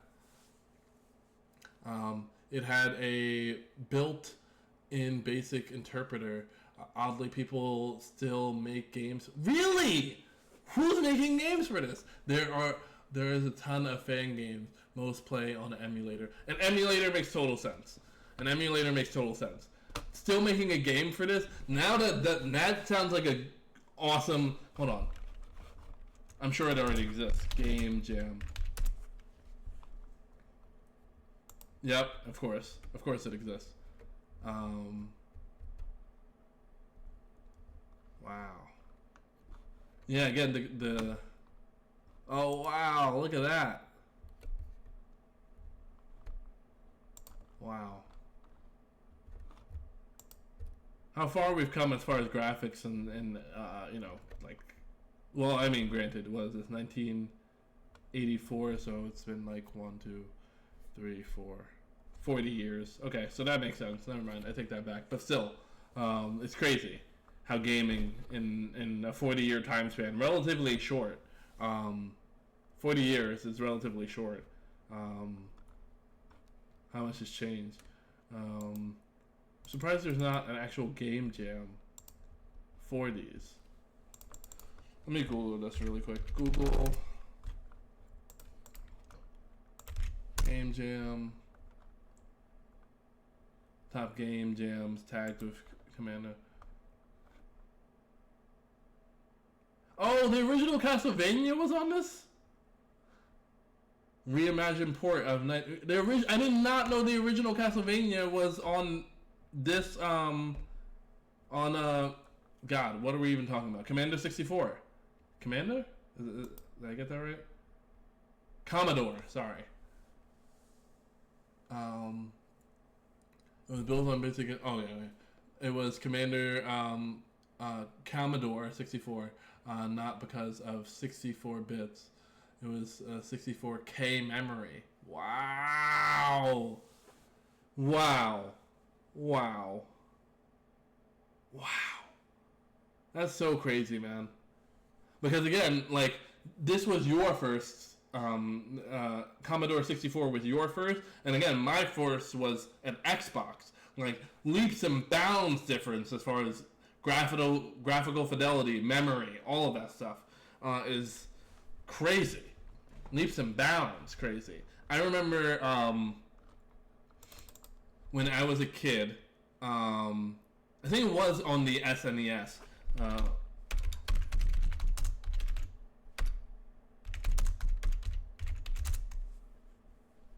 Yes. All right. When did it come out? What was the platform?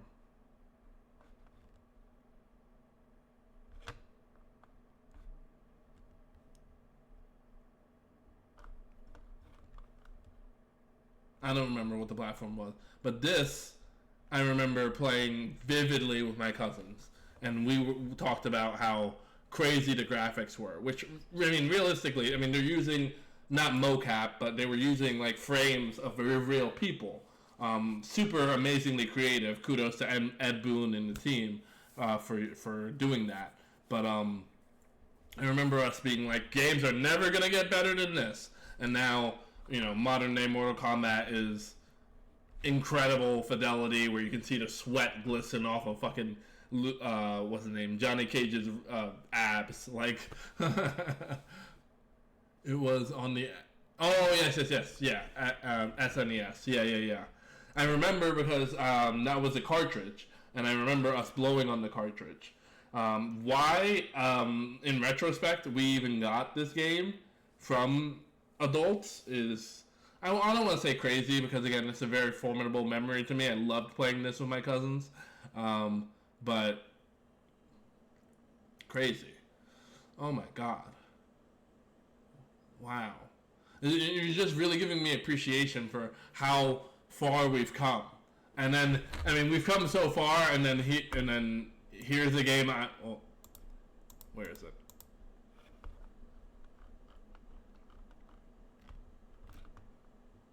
We've come so far, and then the game I'm making is this. And then, interestingly enough, I think we're kind of going in the inverse, where we're I forgot who said it, but it was like, I want games with worse graphics, and I want shorter games with worse graphics, and that is where we're going to for the sake of creativity, at least in the indie game space. I see a lot more pixel art and 2D now, even though we have this amazing capability of 3D. I see more 2D and now 2.5D on the rise. So it's interesting how we have sky's the limit, but we're now that we have this huge expanse of freedom, we're kind of, in order to get back to creative roots, we're like reducing the scope tremendously. And on Sega Genesis, that version was was in some ways better, but mostly because it had blood, which was censored in the ending. Oh, yeah, I remember it having blood, but I don't remember if we played it on Sega Genesis or SNES. Did they both have cartridges? I don't know. Oops. Batman. Da-na-na-na-na-na-na. Yes, they both had cartridges. Okay, yeah. So now that you're saying that, we probably play it on the Sega Genesis.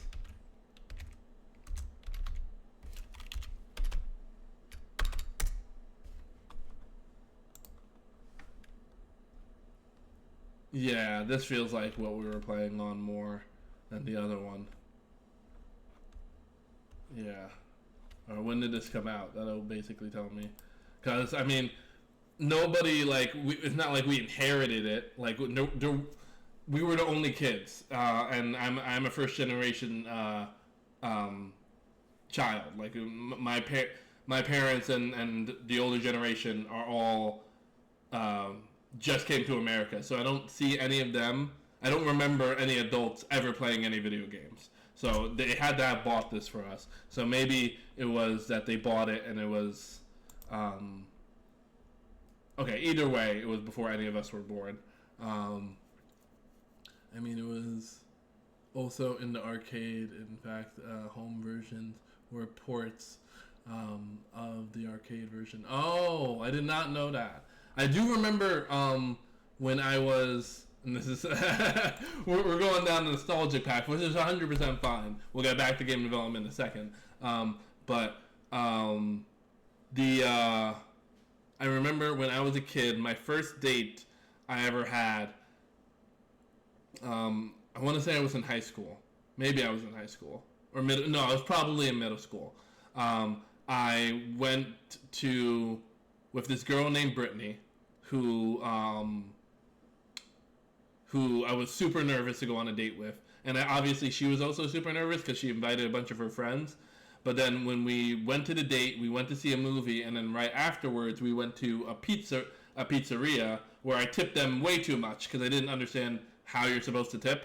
I think that we paid like for 2 slices and I tipped them like $10. But anyway, in that pizzeria, there was Street Fighter on the arcade machine with the little stick and like the 2 buttons. But yeah, I remember that. I also remember them having an actual arcade like right around the corner, but I didn't want to take my date there because I thought she would think that's too geeky or nerdy at the time. I remember I didn't even, at the pizzeria on the date, I didn't even like go to play Street Fighter because I thought she would think like that's stupid and nerdy. But after the date, when I was waiting for my parents to pick me up, I went back to the pizzeria and played Street Fighter. Yeah, good memories. Good memories. God, life was so much simpler when you were a kid. But yeah, I remember paying that, and I also remember arcades being a thing. There was like an arcade right around the corner, and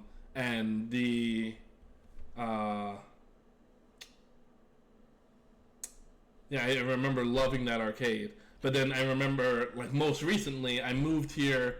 I moved here where I'm at now, relatively recently, and I saw in like big bold letters arcades, and I was like, oh, awesome! I can't believe they still have arcades. And I pulled over, got inside, and there was a bouncer, which I was like, what the fuck is? Why do you need a bouncer at an arcade? And then I got inside, and it's just a bunch of casino gambling games. And I was like, how dare you call this an arcade? This is in no way, shape, or form an arcade. This is gambling. This is not an arcade.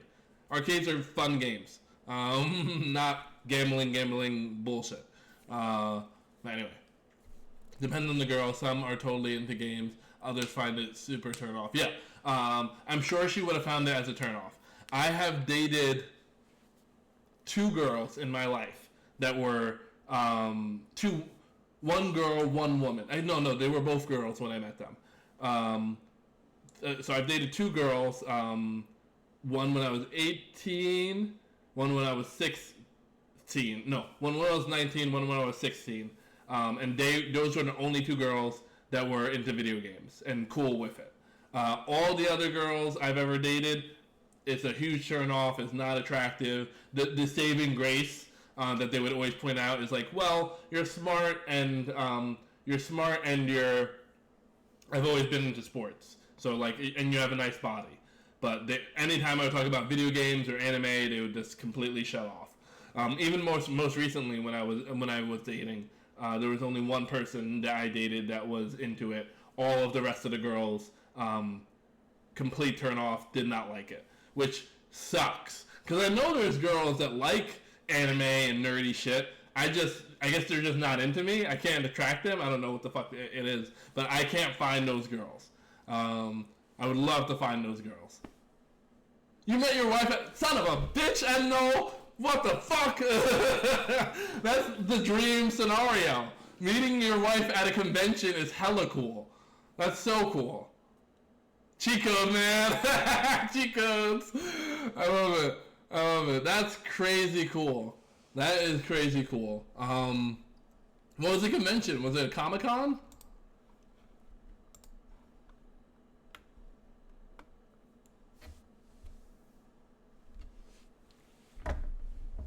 That's so cool.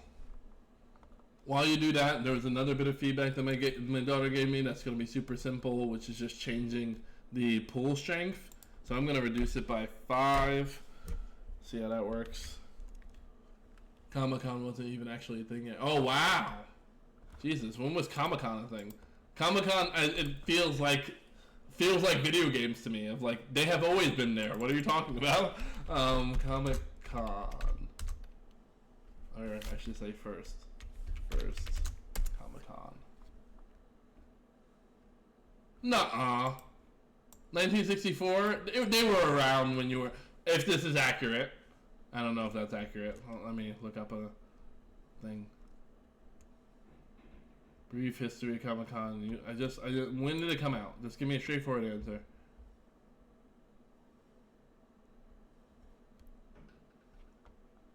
San Diego Comic-Con, that makes sense. Started the very first convention, 1939. You existed. I call bullshit. You're not that old.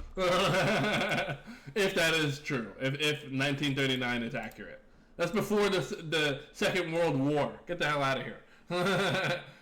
Comic-Con conventions have been going on for a long time. Okay. Comic conventions. Right. Oh, that's a good point. That is a comic convention, but specifically Comic-Con. When was the first... Yeah, Comic-Con. Okay. That tracks, Dad. That tracks. 1964. Does that track? but the group that runs what people currently until the 2000s. Okay, gotcha. Okay, that makes more sense. That makes more sense. Yeah. Again, because I'm like it's always been a thing, but it hasn't been. It's been a thing for a little bit of time, and I think that way because to your thing of like it started. It started becoming popular and known to what it is today when I was 5 years old. So of course, into my interpretation, it's like Comic-Con's always been a thing. And if a 5-year-old, like, you know, I basically just gained. Well, my kiddo is 3 years old, so I gained consciousness, and then 2 years later, where I'm actually putting thoughts together, Comic-Con is like a widely popular and supported thing. They just blew up, new management on them. They made a big push for TV stars. Gotcha. Yeah. Wow. Yeah. And through the conversation, the main thing I'm gaining is an appreciation for, like, this shit has not been around that long. Like, I think it's been a long time, but it has not been around that long. And again, your years of programming knowledge helping me with that simple problem of like, hey, remember a simple, again, programming fundamental that I learned in, I took a, again, very fortunate, it speaks on the day and age, when I first started programming, there is a CS50, a Harvard computer science course on YouTube. And one of the very first lessons that they learn is, code works in a sequence from the very first thing down to the very last thing, and the very last thing is what runs last. So you, again, highlighting that simple thing. So that's the big takeaways from today's stream is like, these things have not been around that long. Video games have not been around that long, especially how you think of video games today have not been around that long. And the fundamentals, that simple problem. Speaking of, let me just see if the pull strength is resolved. That's so funny. When I was ranting about, or when we were ranting about that stuff, I had 2 other people come in, and then once I stopped ranting, they left. Maybe I'll set aside a day where I just like interact with you and Noel and the community, and just talk, because every time I go on a rant, viewership increases. Every time I actually do development, viewership decreases. Oh, right, we already know the problem, which is I need to make the other letter sounds. Which is weird, because I see game developers on Twitch that are working on the game where their viewership is high. I mean, I'm talking like 200 people watching them work on a game, or 20 people, like right now. Right now, I won't say buddies, but a couple of people I admire that do game development.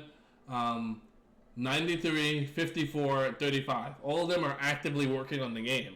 They're, I don't know if they're chit-chatting per se. I should watch more game developers and see how they do it. But again, I greatly appreciate you being here and teaching me, because hugely helpful. But I need to make the letter sounds, so again, I need to pause the music, and I need to make the rest of the letter sounds. So I'm going to open up Audacity. I thought I was going to finish the game today too, but I guess I'm not, because I did not have the rest of the letter sounds, because I was just going to, excuse me. There's 2 bits of feedback. One is apply the sound when we score, which we have done. Again, also thanks to Ed Null. So yeah, so I should raise the spawn point a bit. So I'm gonna hold control and go up. Now it's level with this one, so I think that's good. Control S to save.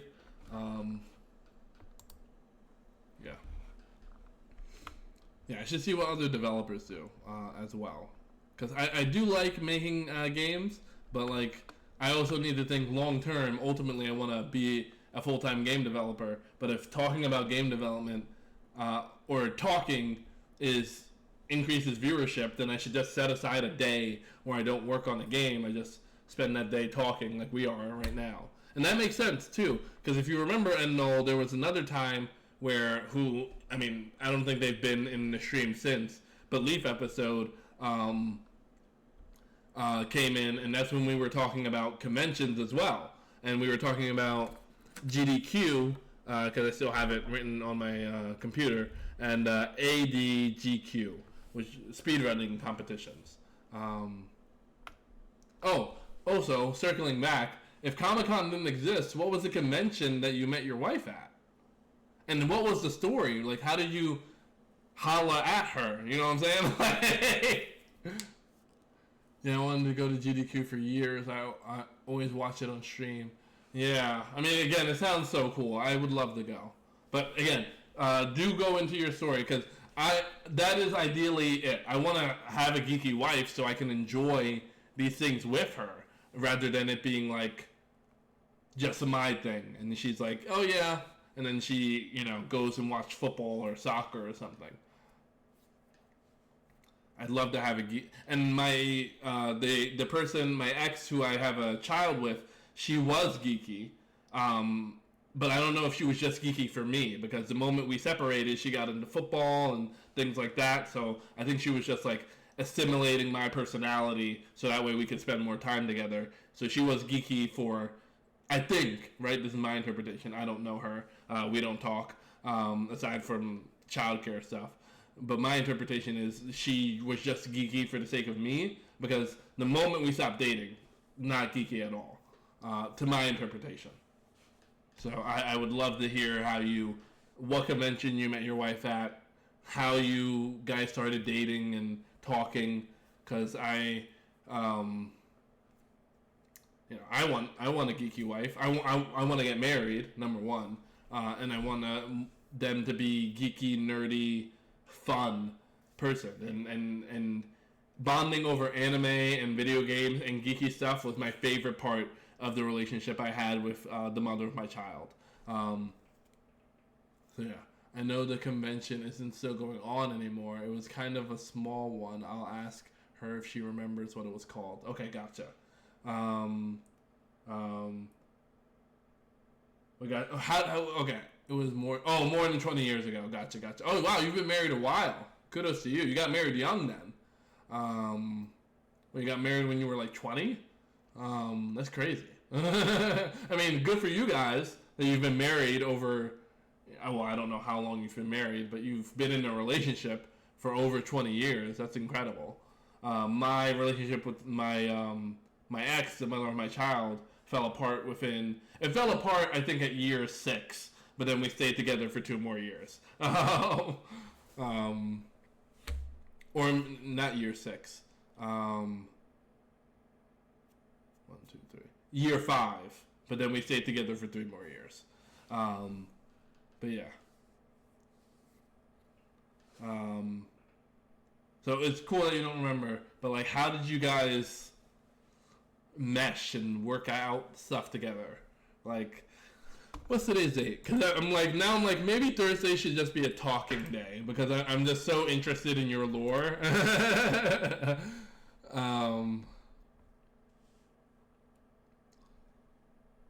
Maybe I'll make Thursday a talking day. We'll see. Thursday or Saturday, I'm thinking, will be like a talking day, or maybe going and playing a video game, something like that. Greenville Fanfare in South Carolina. I'm in North Carolina right now, so South Carolina.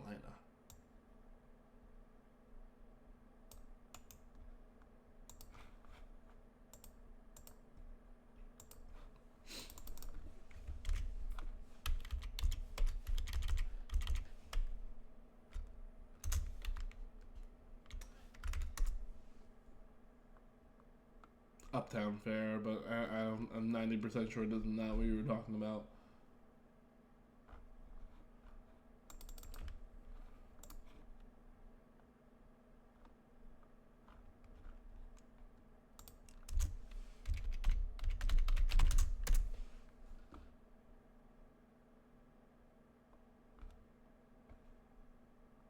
a Lego festival. But again, I'm 90% sure that's not what you were talking about.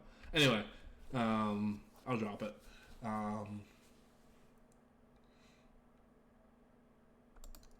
It was a small sci-fi fantasy con, mostly books. Lots of Star Trek people there too. Gotcha. Okay. Yeah, so super nerdy, especially back in the day. It had to be crazy nerdy. So kudos to maybe that's it. Maybe I just need to go to more conventions to find my wife. But how did you I don't know, I guess the how did you woo your wife at the convention? I got taken there because someone else I knew was going. Kind of got pulled along. She actually had been to a ton of cons by that point. Oh, okay. So even more kind of a cute story because it's like happenstance. Like you shouldn't have even been there to begin with. Like it was like, I guess I'll go. Come on, man, it'll be fun. And it's like, yeah, okay, I'll go. I like nerdy stuff. I'll go. And then meanwhile, your wife went to con after con after con after con, and then met you. Give me one moment.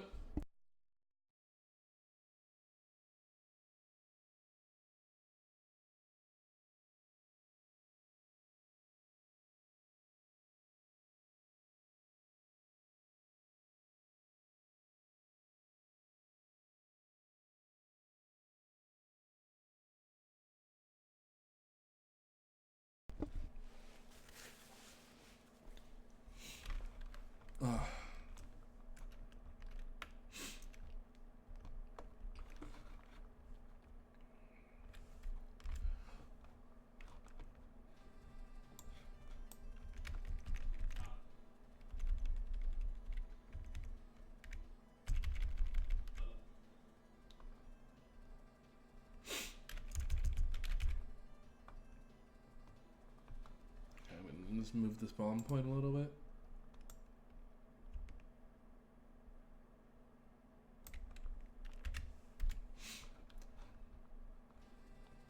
Okay. That's good. Now I need to move the spawn point for this a little up. Oops. Nope. You. A little up. A little up.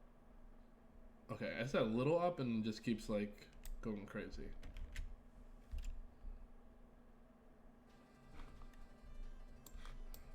Okay, that's good. Both of those are good. Okay, cool.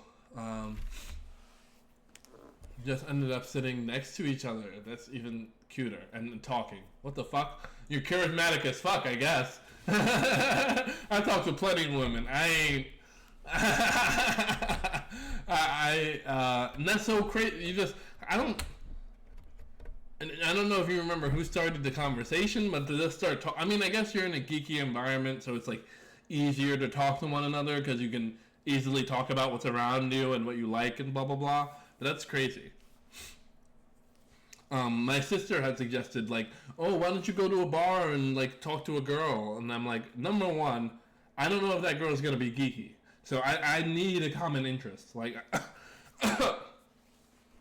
I've dated girls where I have nothing in common with them, and I hate those dates. I hate them with a passion.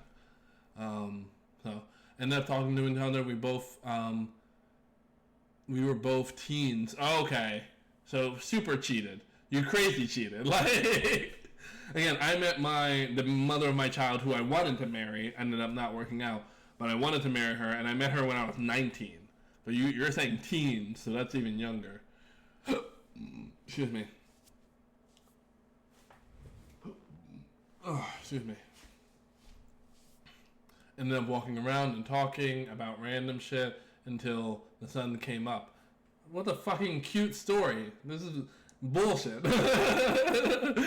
A common thing that of my generation, like when they hear a cute story and like you're alone, is like, oh, you know what would be real nice? A bath with a toaster right now. Like a shotgun is calling my name. Like, what the fuck? So cute. Damn it. That's so cute. I love that story. I love that you guys met at a con. You weren't even supposed to be there. She always ended up going. I'm hearing two lessons. Have friends, so I need to work on making friends, and B, which I have friends, but they're, I moved to a brand new state, so like none of them are near me. I have no friends that are close by anymore. And A, have friends, so I got to make friends down here. B, go to conventions and nerdy events because your wife kept going, and if your wife had skipped that 1 year, you guys wouldn't have met together, and ended up talking all night. So cute until the sun. I remember that. I remember that awesome feeling of just talking endlessly. God. Anyway, I'm sad. Just because I wanted to get married so badly, and it just ended up not working out. Anyway, FYI, her mother, who was at the con also, crazy, so a geeky family, had totally assumed that we had gone off somewhere to have sex. I'm sure she, I'm not sure she ever believed that we talked all night. I mean, as a parent, I wouldn't. I'd be like, look at this fucking asshole who talked to my daughter all night, fucking dickhead. Like, but super sweet, super sweet. And again, I remember, I'm getting emotional because again, things did not work out with my ex at all. Very shortly after we ended up breaking up, she started having sex with other people, and now she's married. So like within a year of us breaking up, she found her husband, and then a little over a year after we broke up, they got married. So did not work out. But I remember that feeling, and I miss it tremendously. Of just being able to talk about anything and talk. Oh man, sorry. I got sad. Just hit a nerve because I want to date again, but I'm not. I'm just petrified of women and dating. I'm just petrified of it because I've had nothing. I mean, I've had primarily bad experiences. Anyway, yeah. Again, as a parent, I would have believed you that you guys talked all night either. Bullshit. I would have believed that you guys had sex and then talked all after that, or had sex all night. But anyway, yeah. At cons, you often end up starting conversations with random people next to you.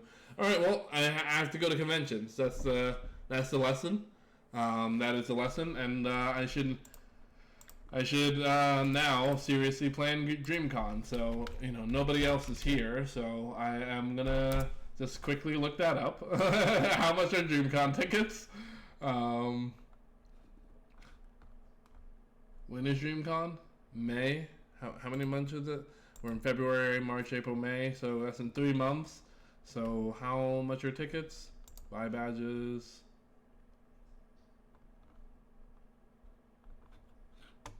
Weekend is 150.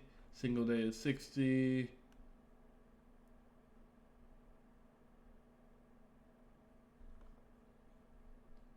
I mean, a weekend sounds nice. I would love to do it for a weekend. $150 is not bad. The whole thing is, as with any con, is the board where you're gonna sleep, and then B, food. I want to remember if there is some semi-good con in North Carolina. That's also a great point. I should look up North Carolina conventions. That is too broad, and I'm going to get a bunch of stuff I don't care about. Let me type in geeky or nerdy conventions.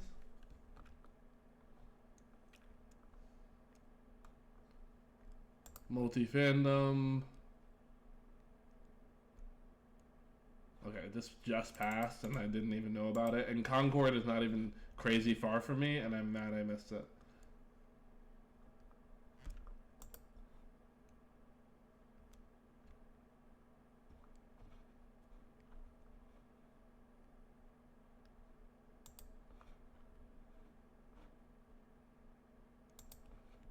Okay, dance, but like And I do like dancing, but like, who cares? Oh, okay. Well, I mean, this is already over, so why am I even looking at this? First, what are you into? Well, I'm a nerd, so there isn't. If you name a nerdy, geeky thing, I'm gonna be into it. Is it sci-fi? Is it fantasy? Is it a book? Is it a comic book? Is it manga? Is it an anime? Is it a video game? Is it technology? Right? All of these things. There wouldn't be a single thing that I wouldn't immediately love. Like, yeah, but there are some focus around comics, many around anime. Yeah, I would primarily go to one that's centered around anime than a comic. Not that I don't I obviously love comics, but I let me just copy this. I obviously love comics, but when I was in high school and middle school, I read comic books.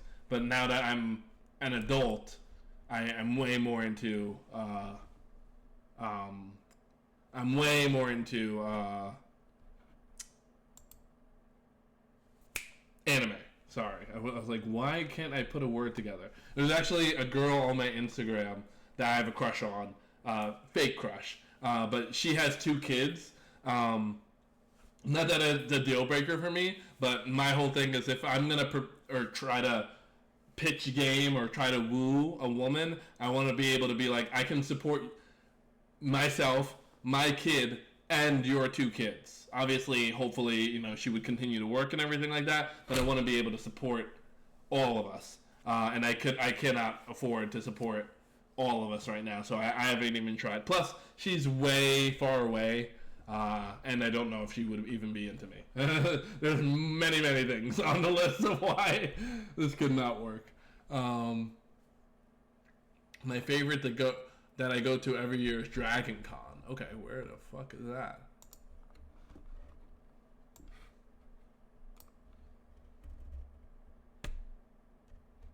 In Georgia, okay.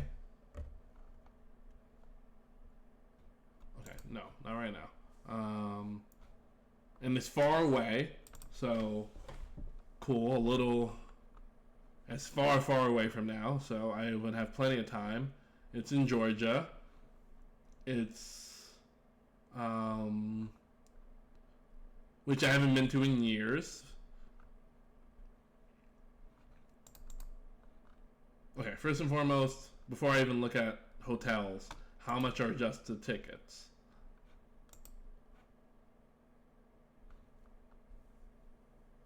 Labor Day weekend every year. Gotcha. Okay, so that's even better because then I don't have to request a bunch of days off. Jesus Christ, what the fuck comes in with this ticket? That's 4,500. Does it come? Do they pay for your hotel? They better. What the hell? What the hell? I need to know what's inside this.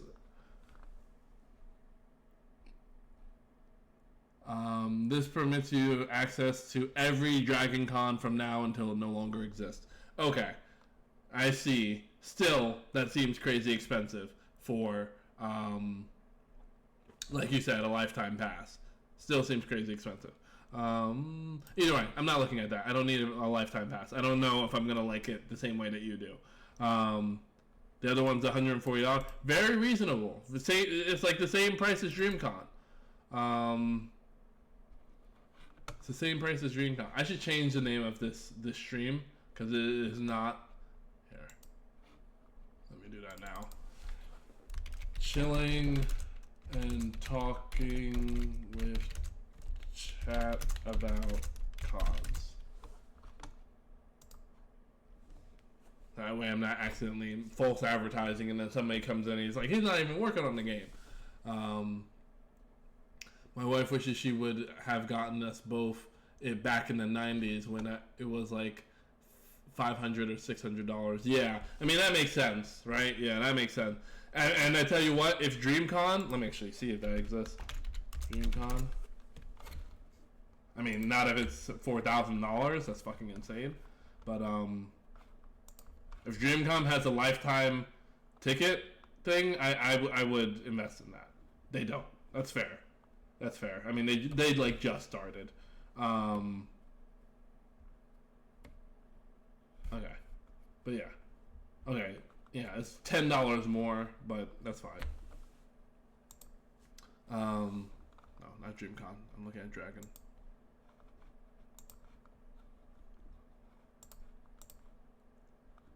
Okay. Nope. Let me look at Dragon, please. Being a butt. Okay. Things to do. Because here's the important part: is that I can't go into the event thinking I'm gonna look for my wife. I need to go into the event just having fun. Ooh, a programming contest. I wouldn't win, but but cool. Thunderdome. Oh no! It's a bunch of contests. They're saying that, okay. Look at tracks. Tracks? Wait, hold on. My wife wish. Okay. Look at tracks. Yeah. That's the last thing you said. Tracks. Where am I looking? Oh, tracks. Here we go. Alternative historical fiction. Everything sounds awesome.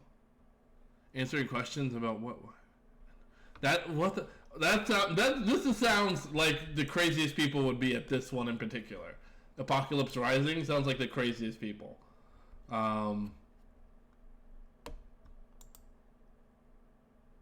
Okay, I'm probably not gonna go to that one unless there's time. But digital media, pop culture in the UK, of course, that's the TARDIS. What else is pop culture in the UK if not Doctor Who? Oh, Sherlock, fair. Black Mirror, okay. Mighty Python, alright, never mind. Yeah, they have a decent amount of culture. I'm lying. Each track has its own little con. Oh, its own little con. When you go with your wife, do you guys go to multiple, or is it like you focus on one and then that's what you do? Because so many of these sound cool that like deciding on one would be really really hard for me. Video games sound cool. Obviously, Star Wars sound cool. Skeptics sound cool. Science sounds cool. Robotics sounds cool. There's not anything that sounds not cool. Let me start and end there.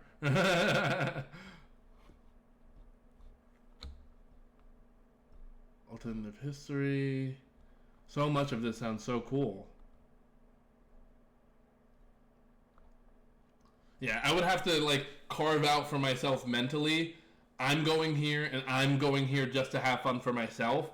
And then if I meet my wife here, that'd be great. But like I can't have that be my focus because otherwise I'm just gonna be a fucking spaz with every woman that comes by and be like, hi.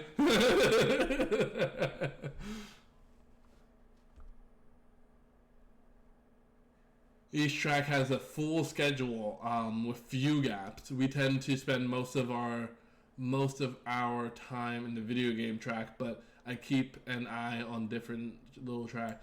Yeah, I think I'm gonna go to this, and I think it makes sense to do that. So I have to just pick my favorite. Is how I'm interpreting it. I mean the video. All right, let me look at video game. And then let me look at what I interpret to be my second favorite, which would be... Oh, that sounds so cool. Okay, my second favorite, which would be...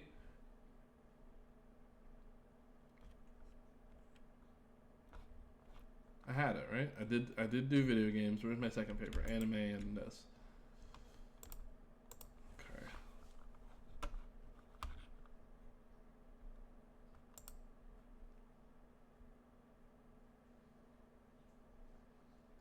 Oh yeah, it's packed with cool stuff.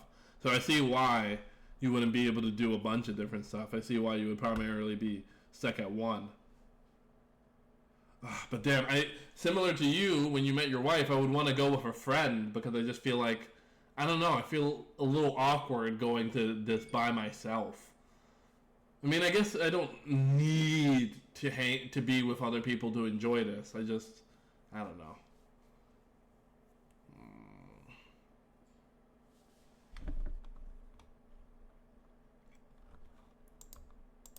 It sounds like it would be more fun with other people, but I don't have any geeky friends that would be like, let's go over here. Because I know like two friends that are geeky that would want to go, but the number one question is like, hey, are any girls coming? And I'm like, I'm sure girls are gonna be there, but like, are there any girls coming with me or coming with the trip? No. And I'm like, all right, I'm not going. And it's like fair. You know, I don't want to do sausage fest. You know, that whole thing.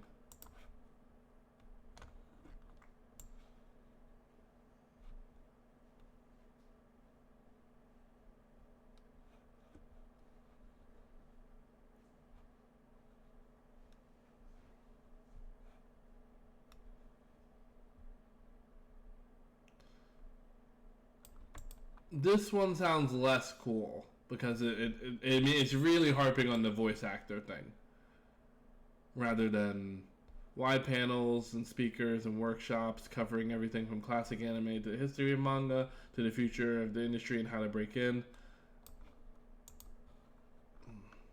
Just as a budding game developer, I think I should probably go to the video game one. Let me go. Sorry, I completely missed.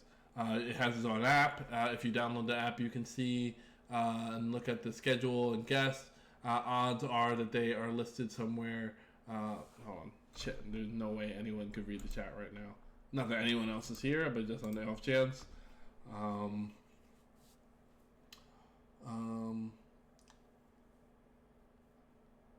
And I could meet with you. I'd not suggest spending all your time with me. You're more likely to meet new people. Yeah, exactly. Meet new people on your own. Yeah. Plus, I don't want to not cock block because it's your wife. I'm sure you get laid by your wife plenty, but I don't. Third wheel, I guess is the best way to put that. I don't want a third wheel the whole time. And like you said, you can meet people better. I'm just super awkward, so you know, I have to give it a shot. I have to give it a shot. And Georgia's not too far from North Carolina. How far? How far is Concord, NC to Atlanta, Georgia? Because Concord is not too far from me. I don't want to type. I don't want to type actually where I live. I don't want to type where I live actually on stream, but Concord is not too far. About a 4-hour drive.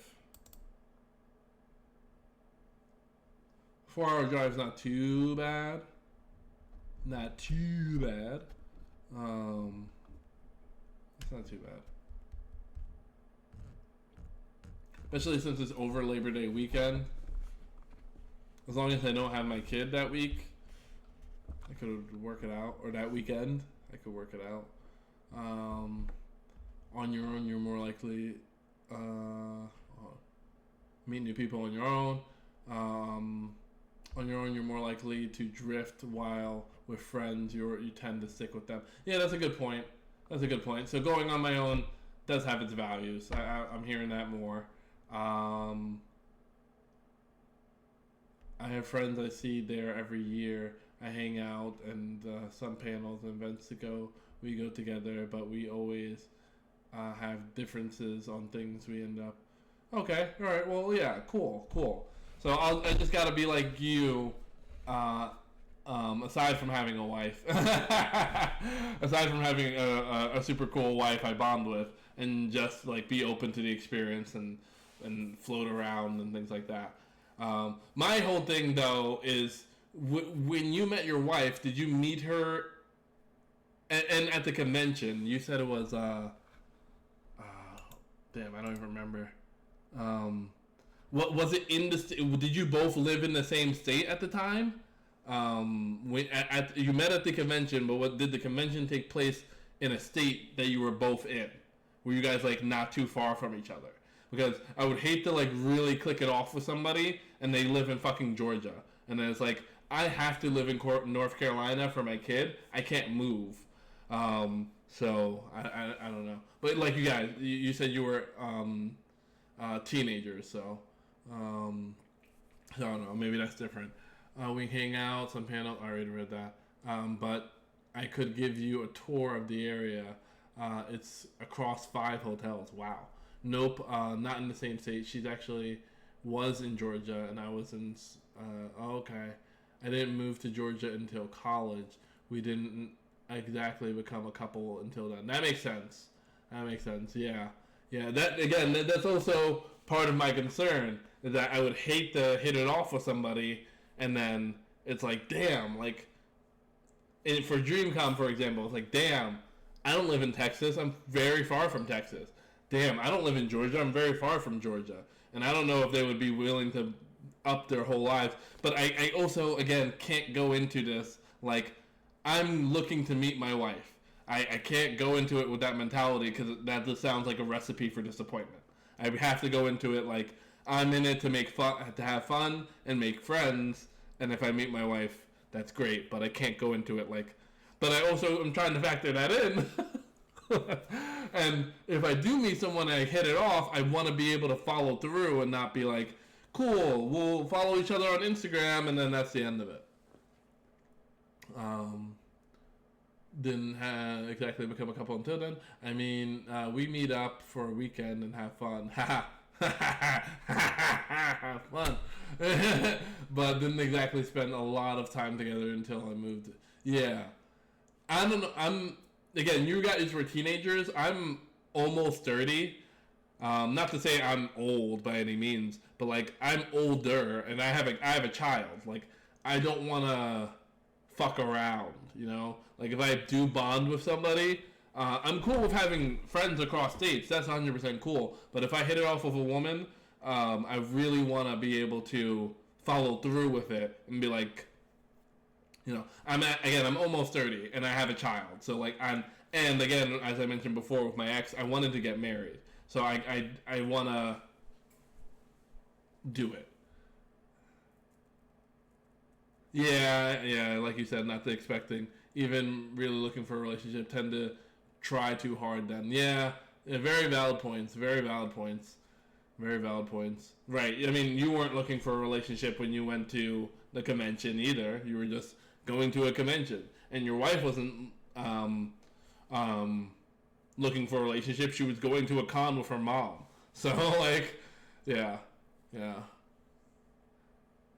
Yeah, I got ahead of myself with it because I wanted to get married. I really do want to get married.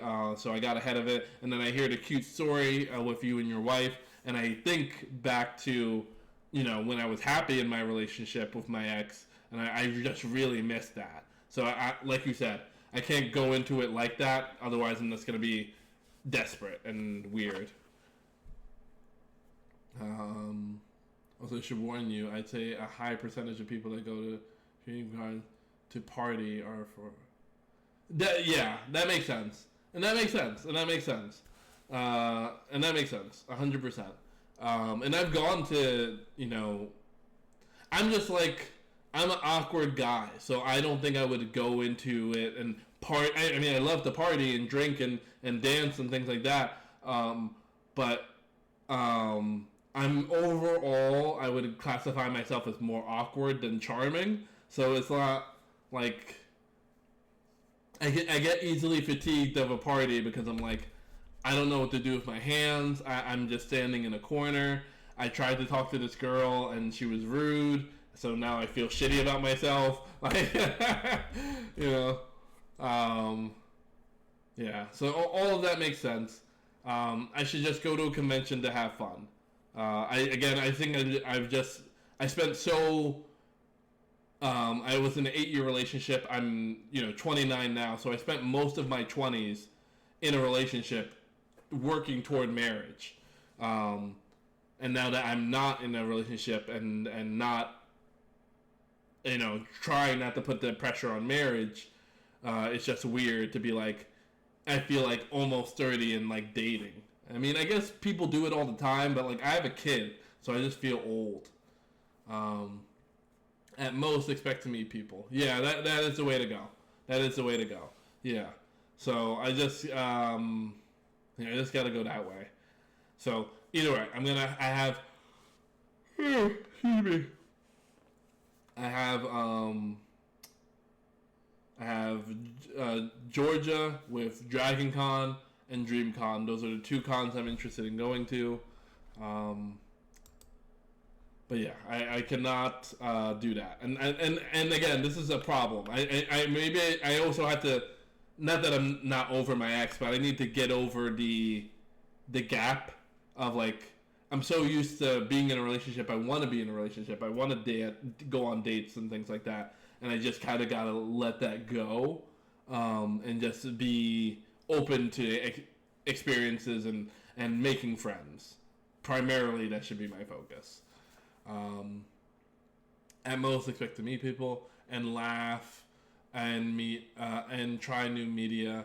Also, I'll find people into books, music, games, and things you've ever heard. Yeah, again, that is very much reminiscent. Be open to the experience. Just go there for the experience and what the experience can offer as far as new music, games, and things like that. So yeah, I need to go into that mindset. I think I just got I want to be in a relationship, and and I got caught up with your story because it reminded me of the best parts of the relationship I had with my ex. So yeah, all that to say, I'm backing out. I'm backing out, and I need to get back into just have fun. Lots of people in costumes, right? Yeah. That's a convention. That's a convention. Just search images for Dream. Yeah.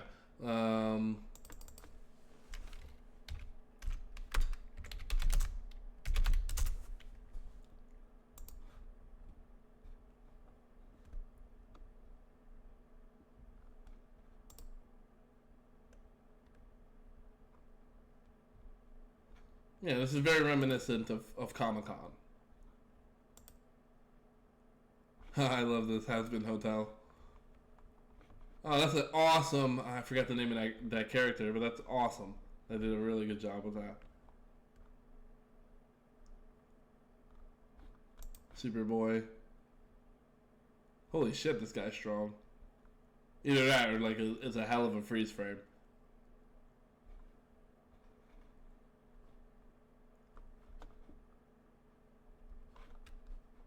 Kudos, brother. Yeah, this is essentially Comic-Con, but just in Georgia. Awesome.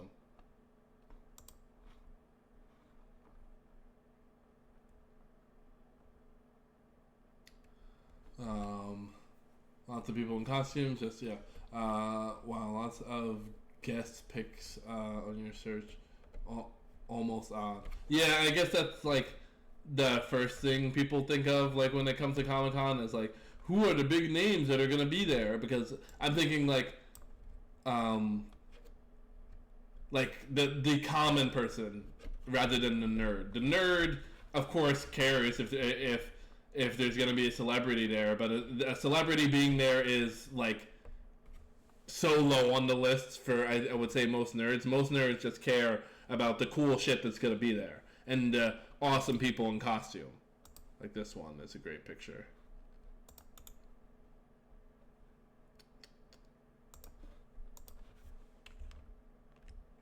Like, look at all those Spider-Man. I love this. And I'd probably go dressed as Spider-Man. Some version of Miles Morales that I would create.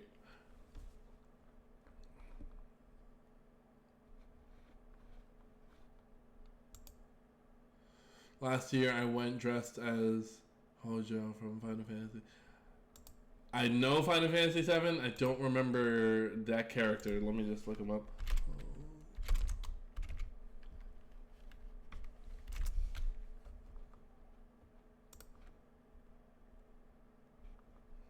Oh, awesome. And it's a relatively simple costume, but that's awesome. And that's awesome, not but. And that's awesome.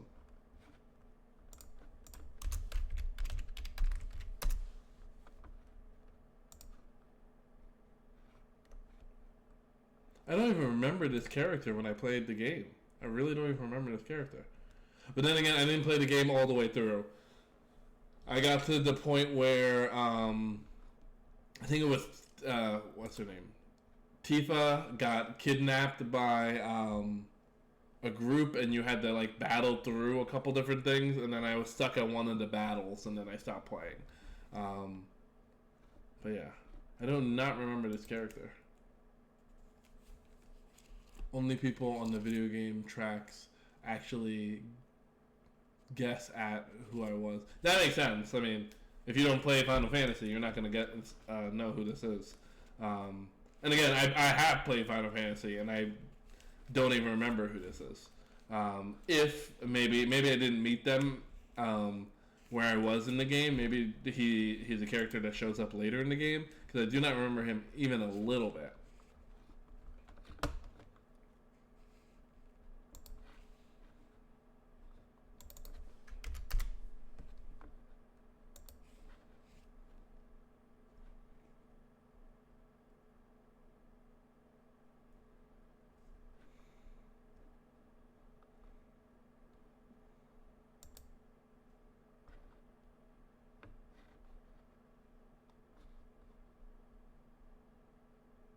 Okay, yeah, for sure. Because I did not get to any of this.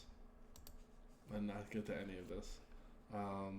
It's a great game, and I have played the more modern version, obviously. But yeah, it's been a while. Again, I need to let myself play more video games guilt free, more often.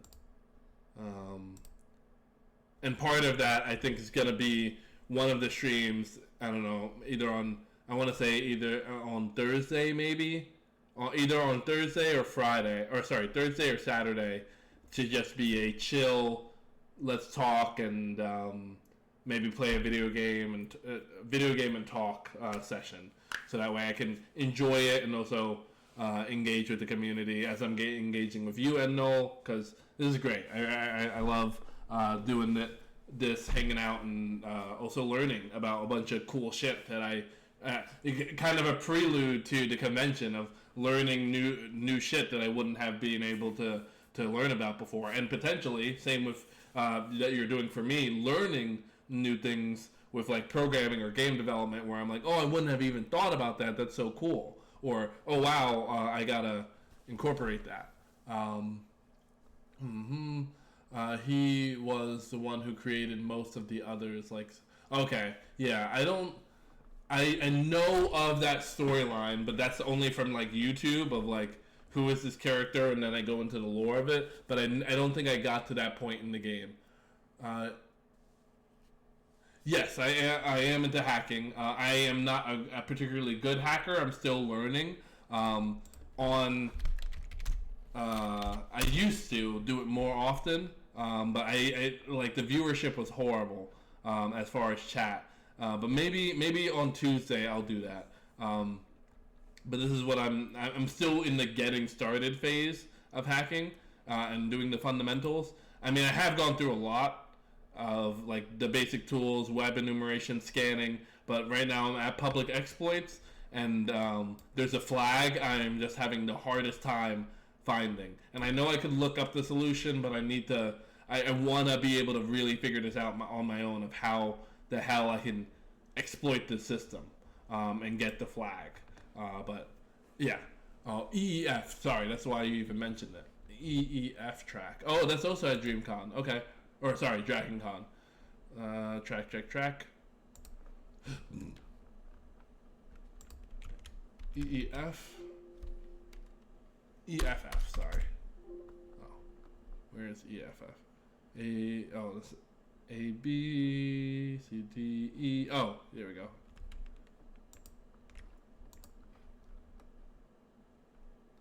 Electronic Frontier Forums.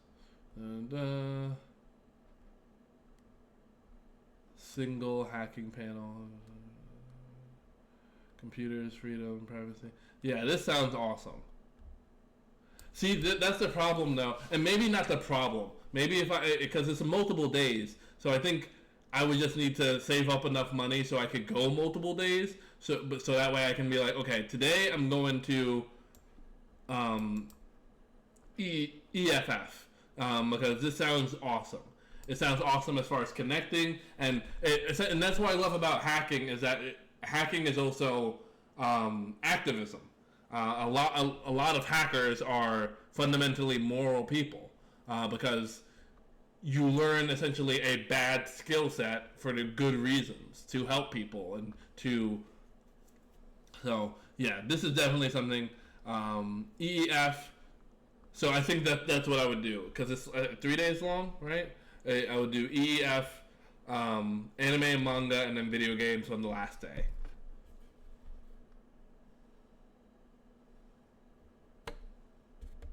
Yeah, electronics search. Okay. Yeah, they have hacking panels. Yeah, yeah. I think that would be my path. Neurotechnology. This sounds hella cool. I'm fucking tired of AI, but AI is great. It's just I'm honestly so sick of it. I'm so sick of my company yapping to me about like you should learn AI. You should learn AI. It's like I'd rather learn hacking, right? Be good at hacking and then incorporate AI rather than focusing on AI. I don't have an interest in AI. I do have an interest in hacking. California's Delete Act, Neuralink's first human subject, continued effort. Oh wow, this sounds amazing. Yeah, hackers are like modern day. I don't want to say pirates. They're like modern day activists. I feel like it's like how are you active? How are you an active hacking 101? Okay, I have to. I absolutely have to go to this one. Okay, how much are tickets again? Streaming.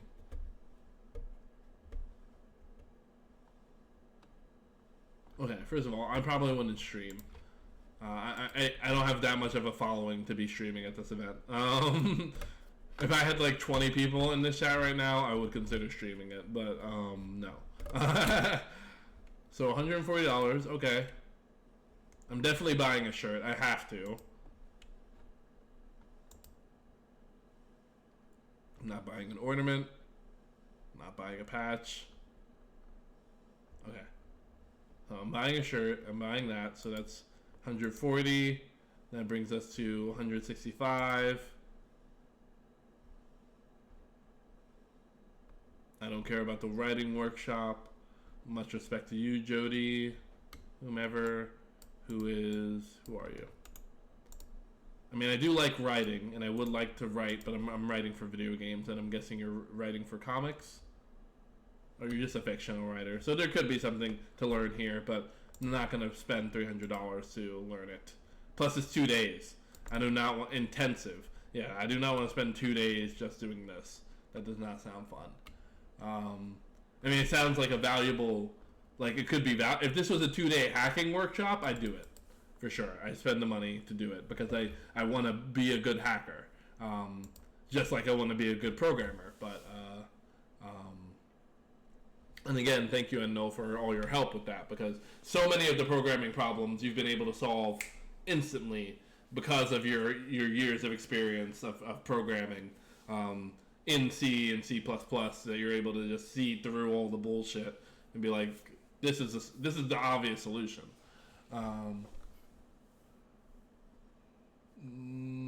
Sorry, you typed a couple times. I'm just trying to get back to the message you had. Oh, it's Thursday, Friday, Saturday, Sunday, Monday. Oh wow, it's essentially a work week. Thursday, Friday, Saturday, Sunday, Monday, 5 days. Yeah, and there are a few parties on Wednesday. They have Hacking 101, and yeah, I'm definitely going to Hacking 101. They have different shirts every year, right, which makes sense, which, again, that's why I want to get a shirt, because if it ends up being something I like, then I want to, if it ends up being something I like, I want to go every year and then have a bunch of shirts for all the years that I went, if it ends up being something I like, again. I don't know, but I want to be open to it. And I really do like the fact that theoretically, I don't know if I would. 4 hours is a lot to do on my own with nobody else in the car. I mean, I did more than that to move, but that was to move. But yeah, 4 hour. But the reason I'm leaning more toward Dragon Con than DreamCon is that A, for Dragon Con I have more time to prepare, and B, it's something I could theoretically drive to. Again, I don't know if I would. Then again, I don't know how many flights are going for. I mean, I'm sure there's a flight from North Carolina to Georgia. That sounds stupid, even as I'm saying it. Could always fly over, exactly. A hotel would be the most costly part of it, exactly. Yeah. So that's gonna be, and I'm gonna write this down for myself real quick. All right, DreamCon, that's 150. And then Dragon Con, that's 140. That's just the initial price. Then I need to think about airfare, slash travel,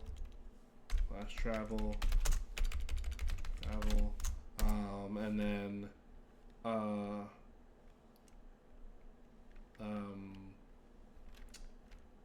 living costs or board costs,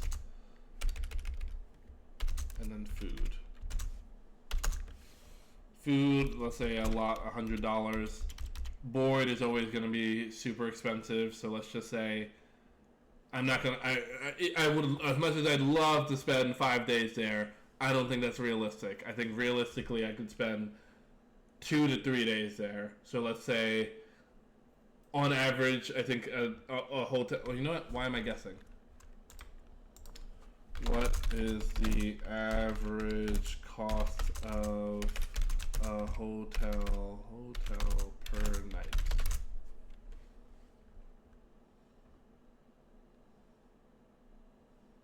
So let's just say $160.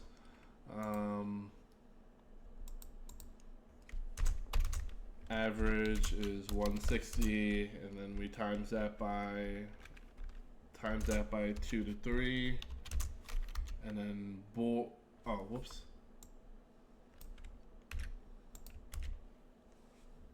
Jesus, this is actually pretty expensive. As I'm looking at it, I'm like, ah.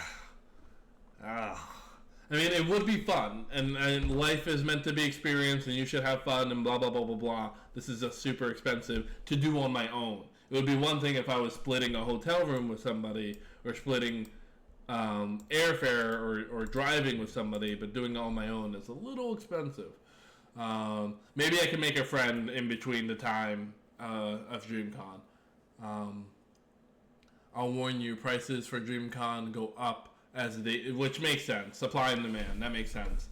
As you run out of hotel rooms, you're like, what the fuck? Like, obviously, they would be stupid not to increase the prices, honestly.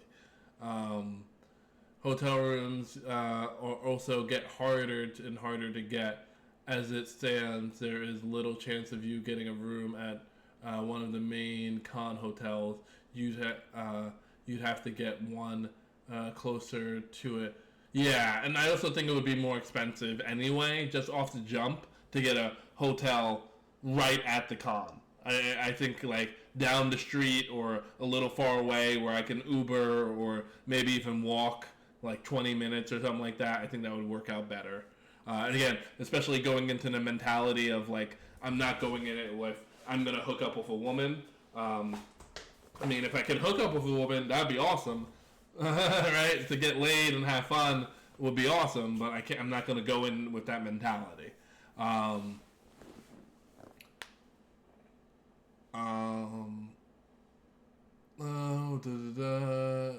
One closer to it, yeah, and walk or get a ride. Exactly. I suggest walking if you can. Yeah, exactly. Yeah, I'm young. I'm athletic. I could walk. Parking is stupid costly.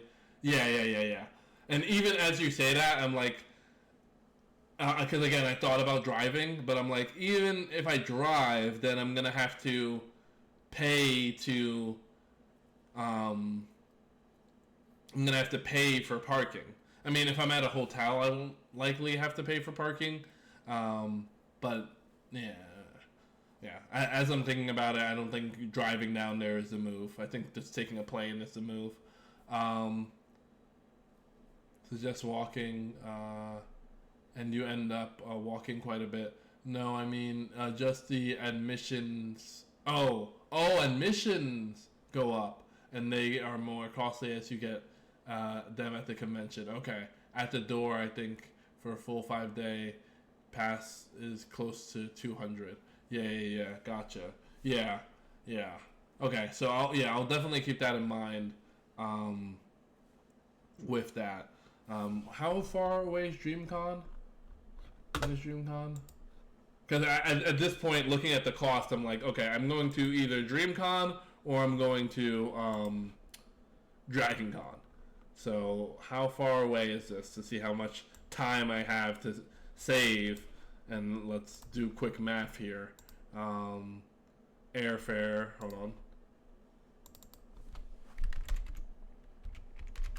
I mean, that is such a general question.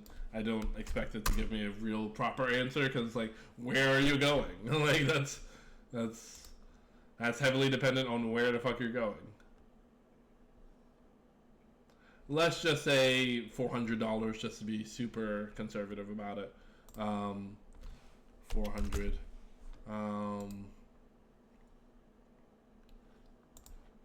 And DreamCon is May. We're in February, March, April, May. That's in 3 months. And the total cost we're looking at right now is calculator. 150 plus 400 plus let's say 2 days. Let's say I stay there for 2 days. 160 plus 160 plus food, which I'm just gonna round up to 150. We're looking at, okay, that was 1,000. I'm pretty sure. It's just my freaking enter button again. I gotta clean my keyboard because it's so sticky. Pretty sure that was 1,000. Stupid enter button. Jesus, this is super suck.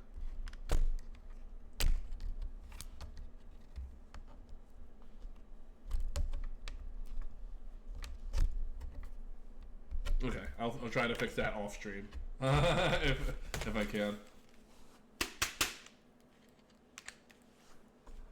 I'm pretty sure that was about $1,000. My wife and I stay at the Westin, and the room sell out there within half an hour. Then going on self the next.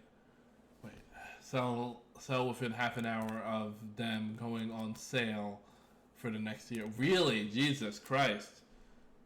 Are they on sale now? Because I'm like, fuck, am I already gonna miss the boat? Because that's my second worst fear is I'm like, okay, cool, I'm gonna do it, and then it's like, I don't know, maybe I should secure the hotel first, then secure airfare, then secure the tickets. Because then worst case scenario, if I can't get a hotel near the convention, maybe it's just not worth it, and then I just go to Atlanta, Georgia, and do something else. I don't know. Then again, that would suck because the whole purpose is to go there to this event. Not at the con hotels. I'm mostly sure it would be sold out. But what you can do is check the hotels close by. There are lots. It is downtown Atlanta. Yeah. Yeah, I'll check it out. Again, it sounds fun, but like once I did the math of it, I was like $1,000 though. It's a lot of money. It's a lot of money. And I think the biggest thing is like it's a lot of money, and I'm a nerdy, awkward guy. So the idea of like I would hate, because I've done this before, where I spend a decent sum of money to go out and have a good time. Like for example, one of the women I was dating, I took out to Texas. Both of us went out to Texas because I thought I'd have a great time with her at Texas, and I didn't. I had frankly a shitty time. I did not have a whole lot of fun. I did not enjoy my time. I did not enjoy my time with her. I did not enjoy my time in Texas. And then I spent a shit ton of money, and I would hate. I mean, this is geeky shit. This is genuinely geeky shit. So I mean, but I just hate to spend so much money, over $1,000, and then I don't have fun. Oh yeah, it's not cheap, but for me, it is a vacation. No vacations are cheap, in my experience. Yeah, no, I've never had a vacation that has been cheap. That's very true. And I haven't gone on vacation since that time I just told you about, of when I took that woman out to Texas, because A, I wanted to see some family in Texas, and B, I thought we would have a good time, but I did not have a good time with her at all. The whole time, I even like called one of my friends, and I was like, I honestly regret taking her, and I regret coming here. Like, it was not fun, and I just hate to have that experience again. But this is geeky shit, so the likelihood of me having a good time is higher than when I went to Texas, because I went to Texas thinking, okay, cool, I'm gonna have a good time with this girl, we're gonna have sex and have fun, and then we'll be cool. But she was not fun. Now, that is a deep regret of mine. A deep regret of mine. And this is a fun thing for me. I get spend time with friends, some of which because they live across the country, find new media, and there's huge deals area endlessly. Oh, Rockhead, what's up, bro? Thanks, Rock. Good to see you. That's so awesome that you rated me. That's awesome. Hey, man. I hope your stream went well. For those of you that just joined, normally we're working on game development, a game I'm making for my kiddo. That's what we're normally working on, but today, every little bit helps. Yeah, absolutely, every little bit helps. Again, thank you so much. I really appreciate it. I've never gotten to raid you. I feel like every time I'm streaming, you're not streaming. Because I have, obviously, like the follower banner, and then I feel like you're never streaming when I'm streaming. But that's awesome, man. Again, thank you for the raid, and again, for those of you that just came in, normally what we're working on is the game that I'm making for my kiddo. The game I'm making for my kiddo is around phonetics. The big thing with American education in particular, they really harp on A, B, C, D, E, F, G, and that is well and good, but they don't focus on the practicality of letters. The whole purpose of letters is so that way you can read. And you read by learning how to use letters, not learning the name of letters. That's a huge gap in our general education system. So this is a game that was actually partly suggested by chat. I wanted to have a tug of war game because that is a game I play with my kid, who is currently 3 years old, and Endol here, who I've been talking to most of the stream. He suggested to utilize dogs because of my dog, who is sleeping somewhere, probably on my couch. But the music is too low. But yeah, this is a game. So player 1 has the letter, and then player 2 has the other letter, and so yeah, so that's that. Player 1 pulls over on the left side. Player 2 pulls on this side, and yeah, that's that. So yeah, again, thank you, Rock. Most of y'all left, but that is cool. That is cool. That was normally what we're working on, but we were talking about conventions before. So yeah, we were talking about conventions, but this is normally what we work on. I think I'm gonna create a day where I just spend time with chat and Noel, and we just talk about stuff as we're doing right now. So yeah, we were currently talking about going to a con, and in particular, I was debating between DreamCon and DragonCon. So again, Rock, thank you so much for doing that. I really appreciate it.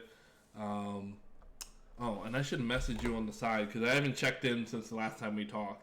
I'm gonna set a reminder for myself to do that because I have not checked in since December. So it's been 2 months. So I'm a bad friend for that. My bad. But yeah. Okay, cool. So yeah. Back to what we were talking about. So yeah, debating between these two. DreamCon is in 3 months, and it's $1,000. Not to say I can't get $1,000 in 3 months. I absolutely could. I guess to add buffer, I would probably do 1,500, 1,600. But I think I can definitely swing Dragon Con more than I can. I'm sorry if that was super loud because I hit the mic. I can definitely swing Dragon Con more than I can swing DreamCon. So I think that's going to be that. But those of you that are in the chat, just out of curiosity or feedback, are you guys more interested in the con conversation or seeing me work on the game? Just let me know. Because I just had N0 for a while, so we were shooting the shit.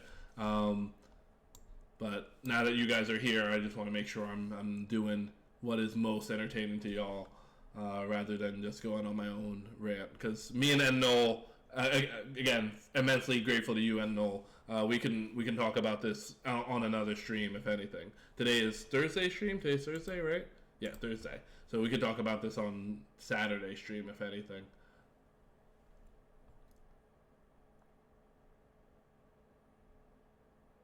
Okay, I think most of y'all left, so I think we're good.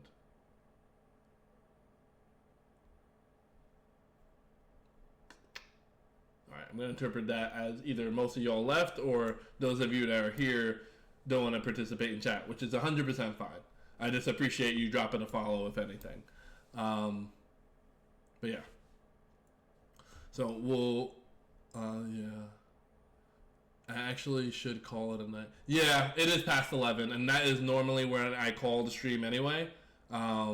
It's 3 hours.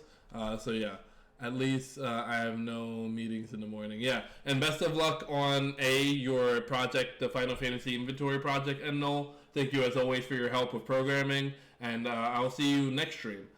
In the meantime, I'm gonna return the favor of Rock raiding me, and I will raid somebody else because I will also call it.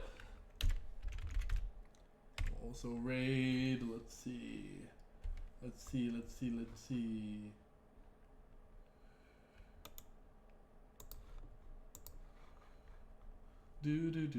And then next time, what we'll do is finalize the sounds. I was hoping to finish the game today, but as we found out, is that I need to do the letters for all of the. I need to redo the letters for all of the game.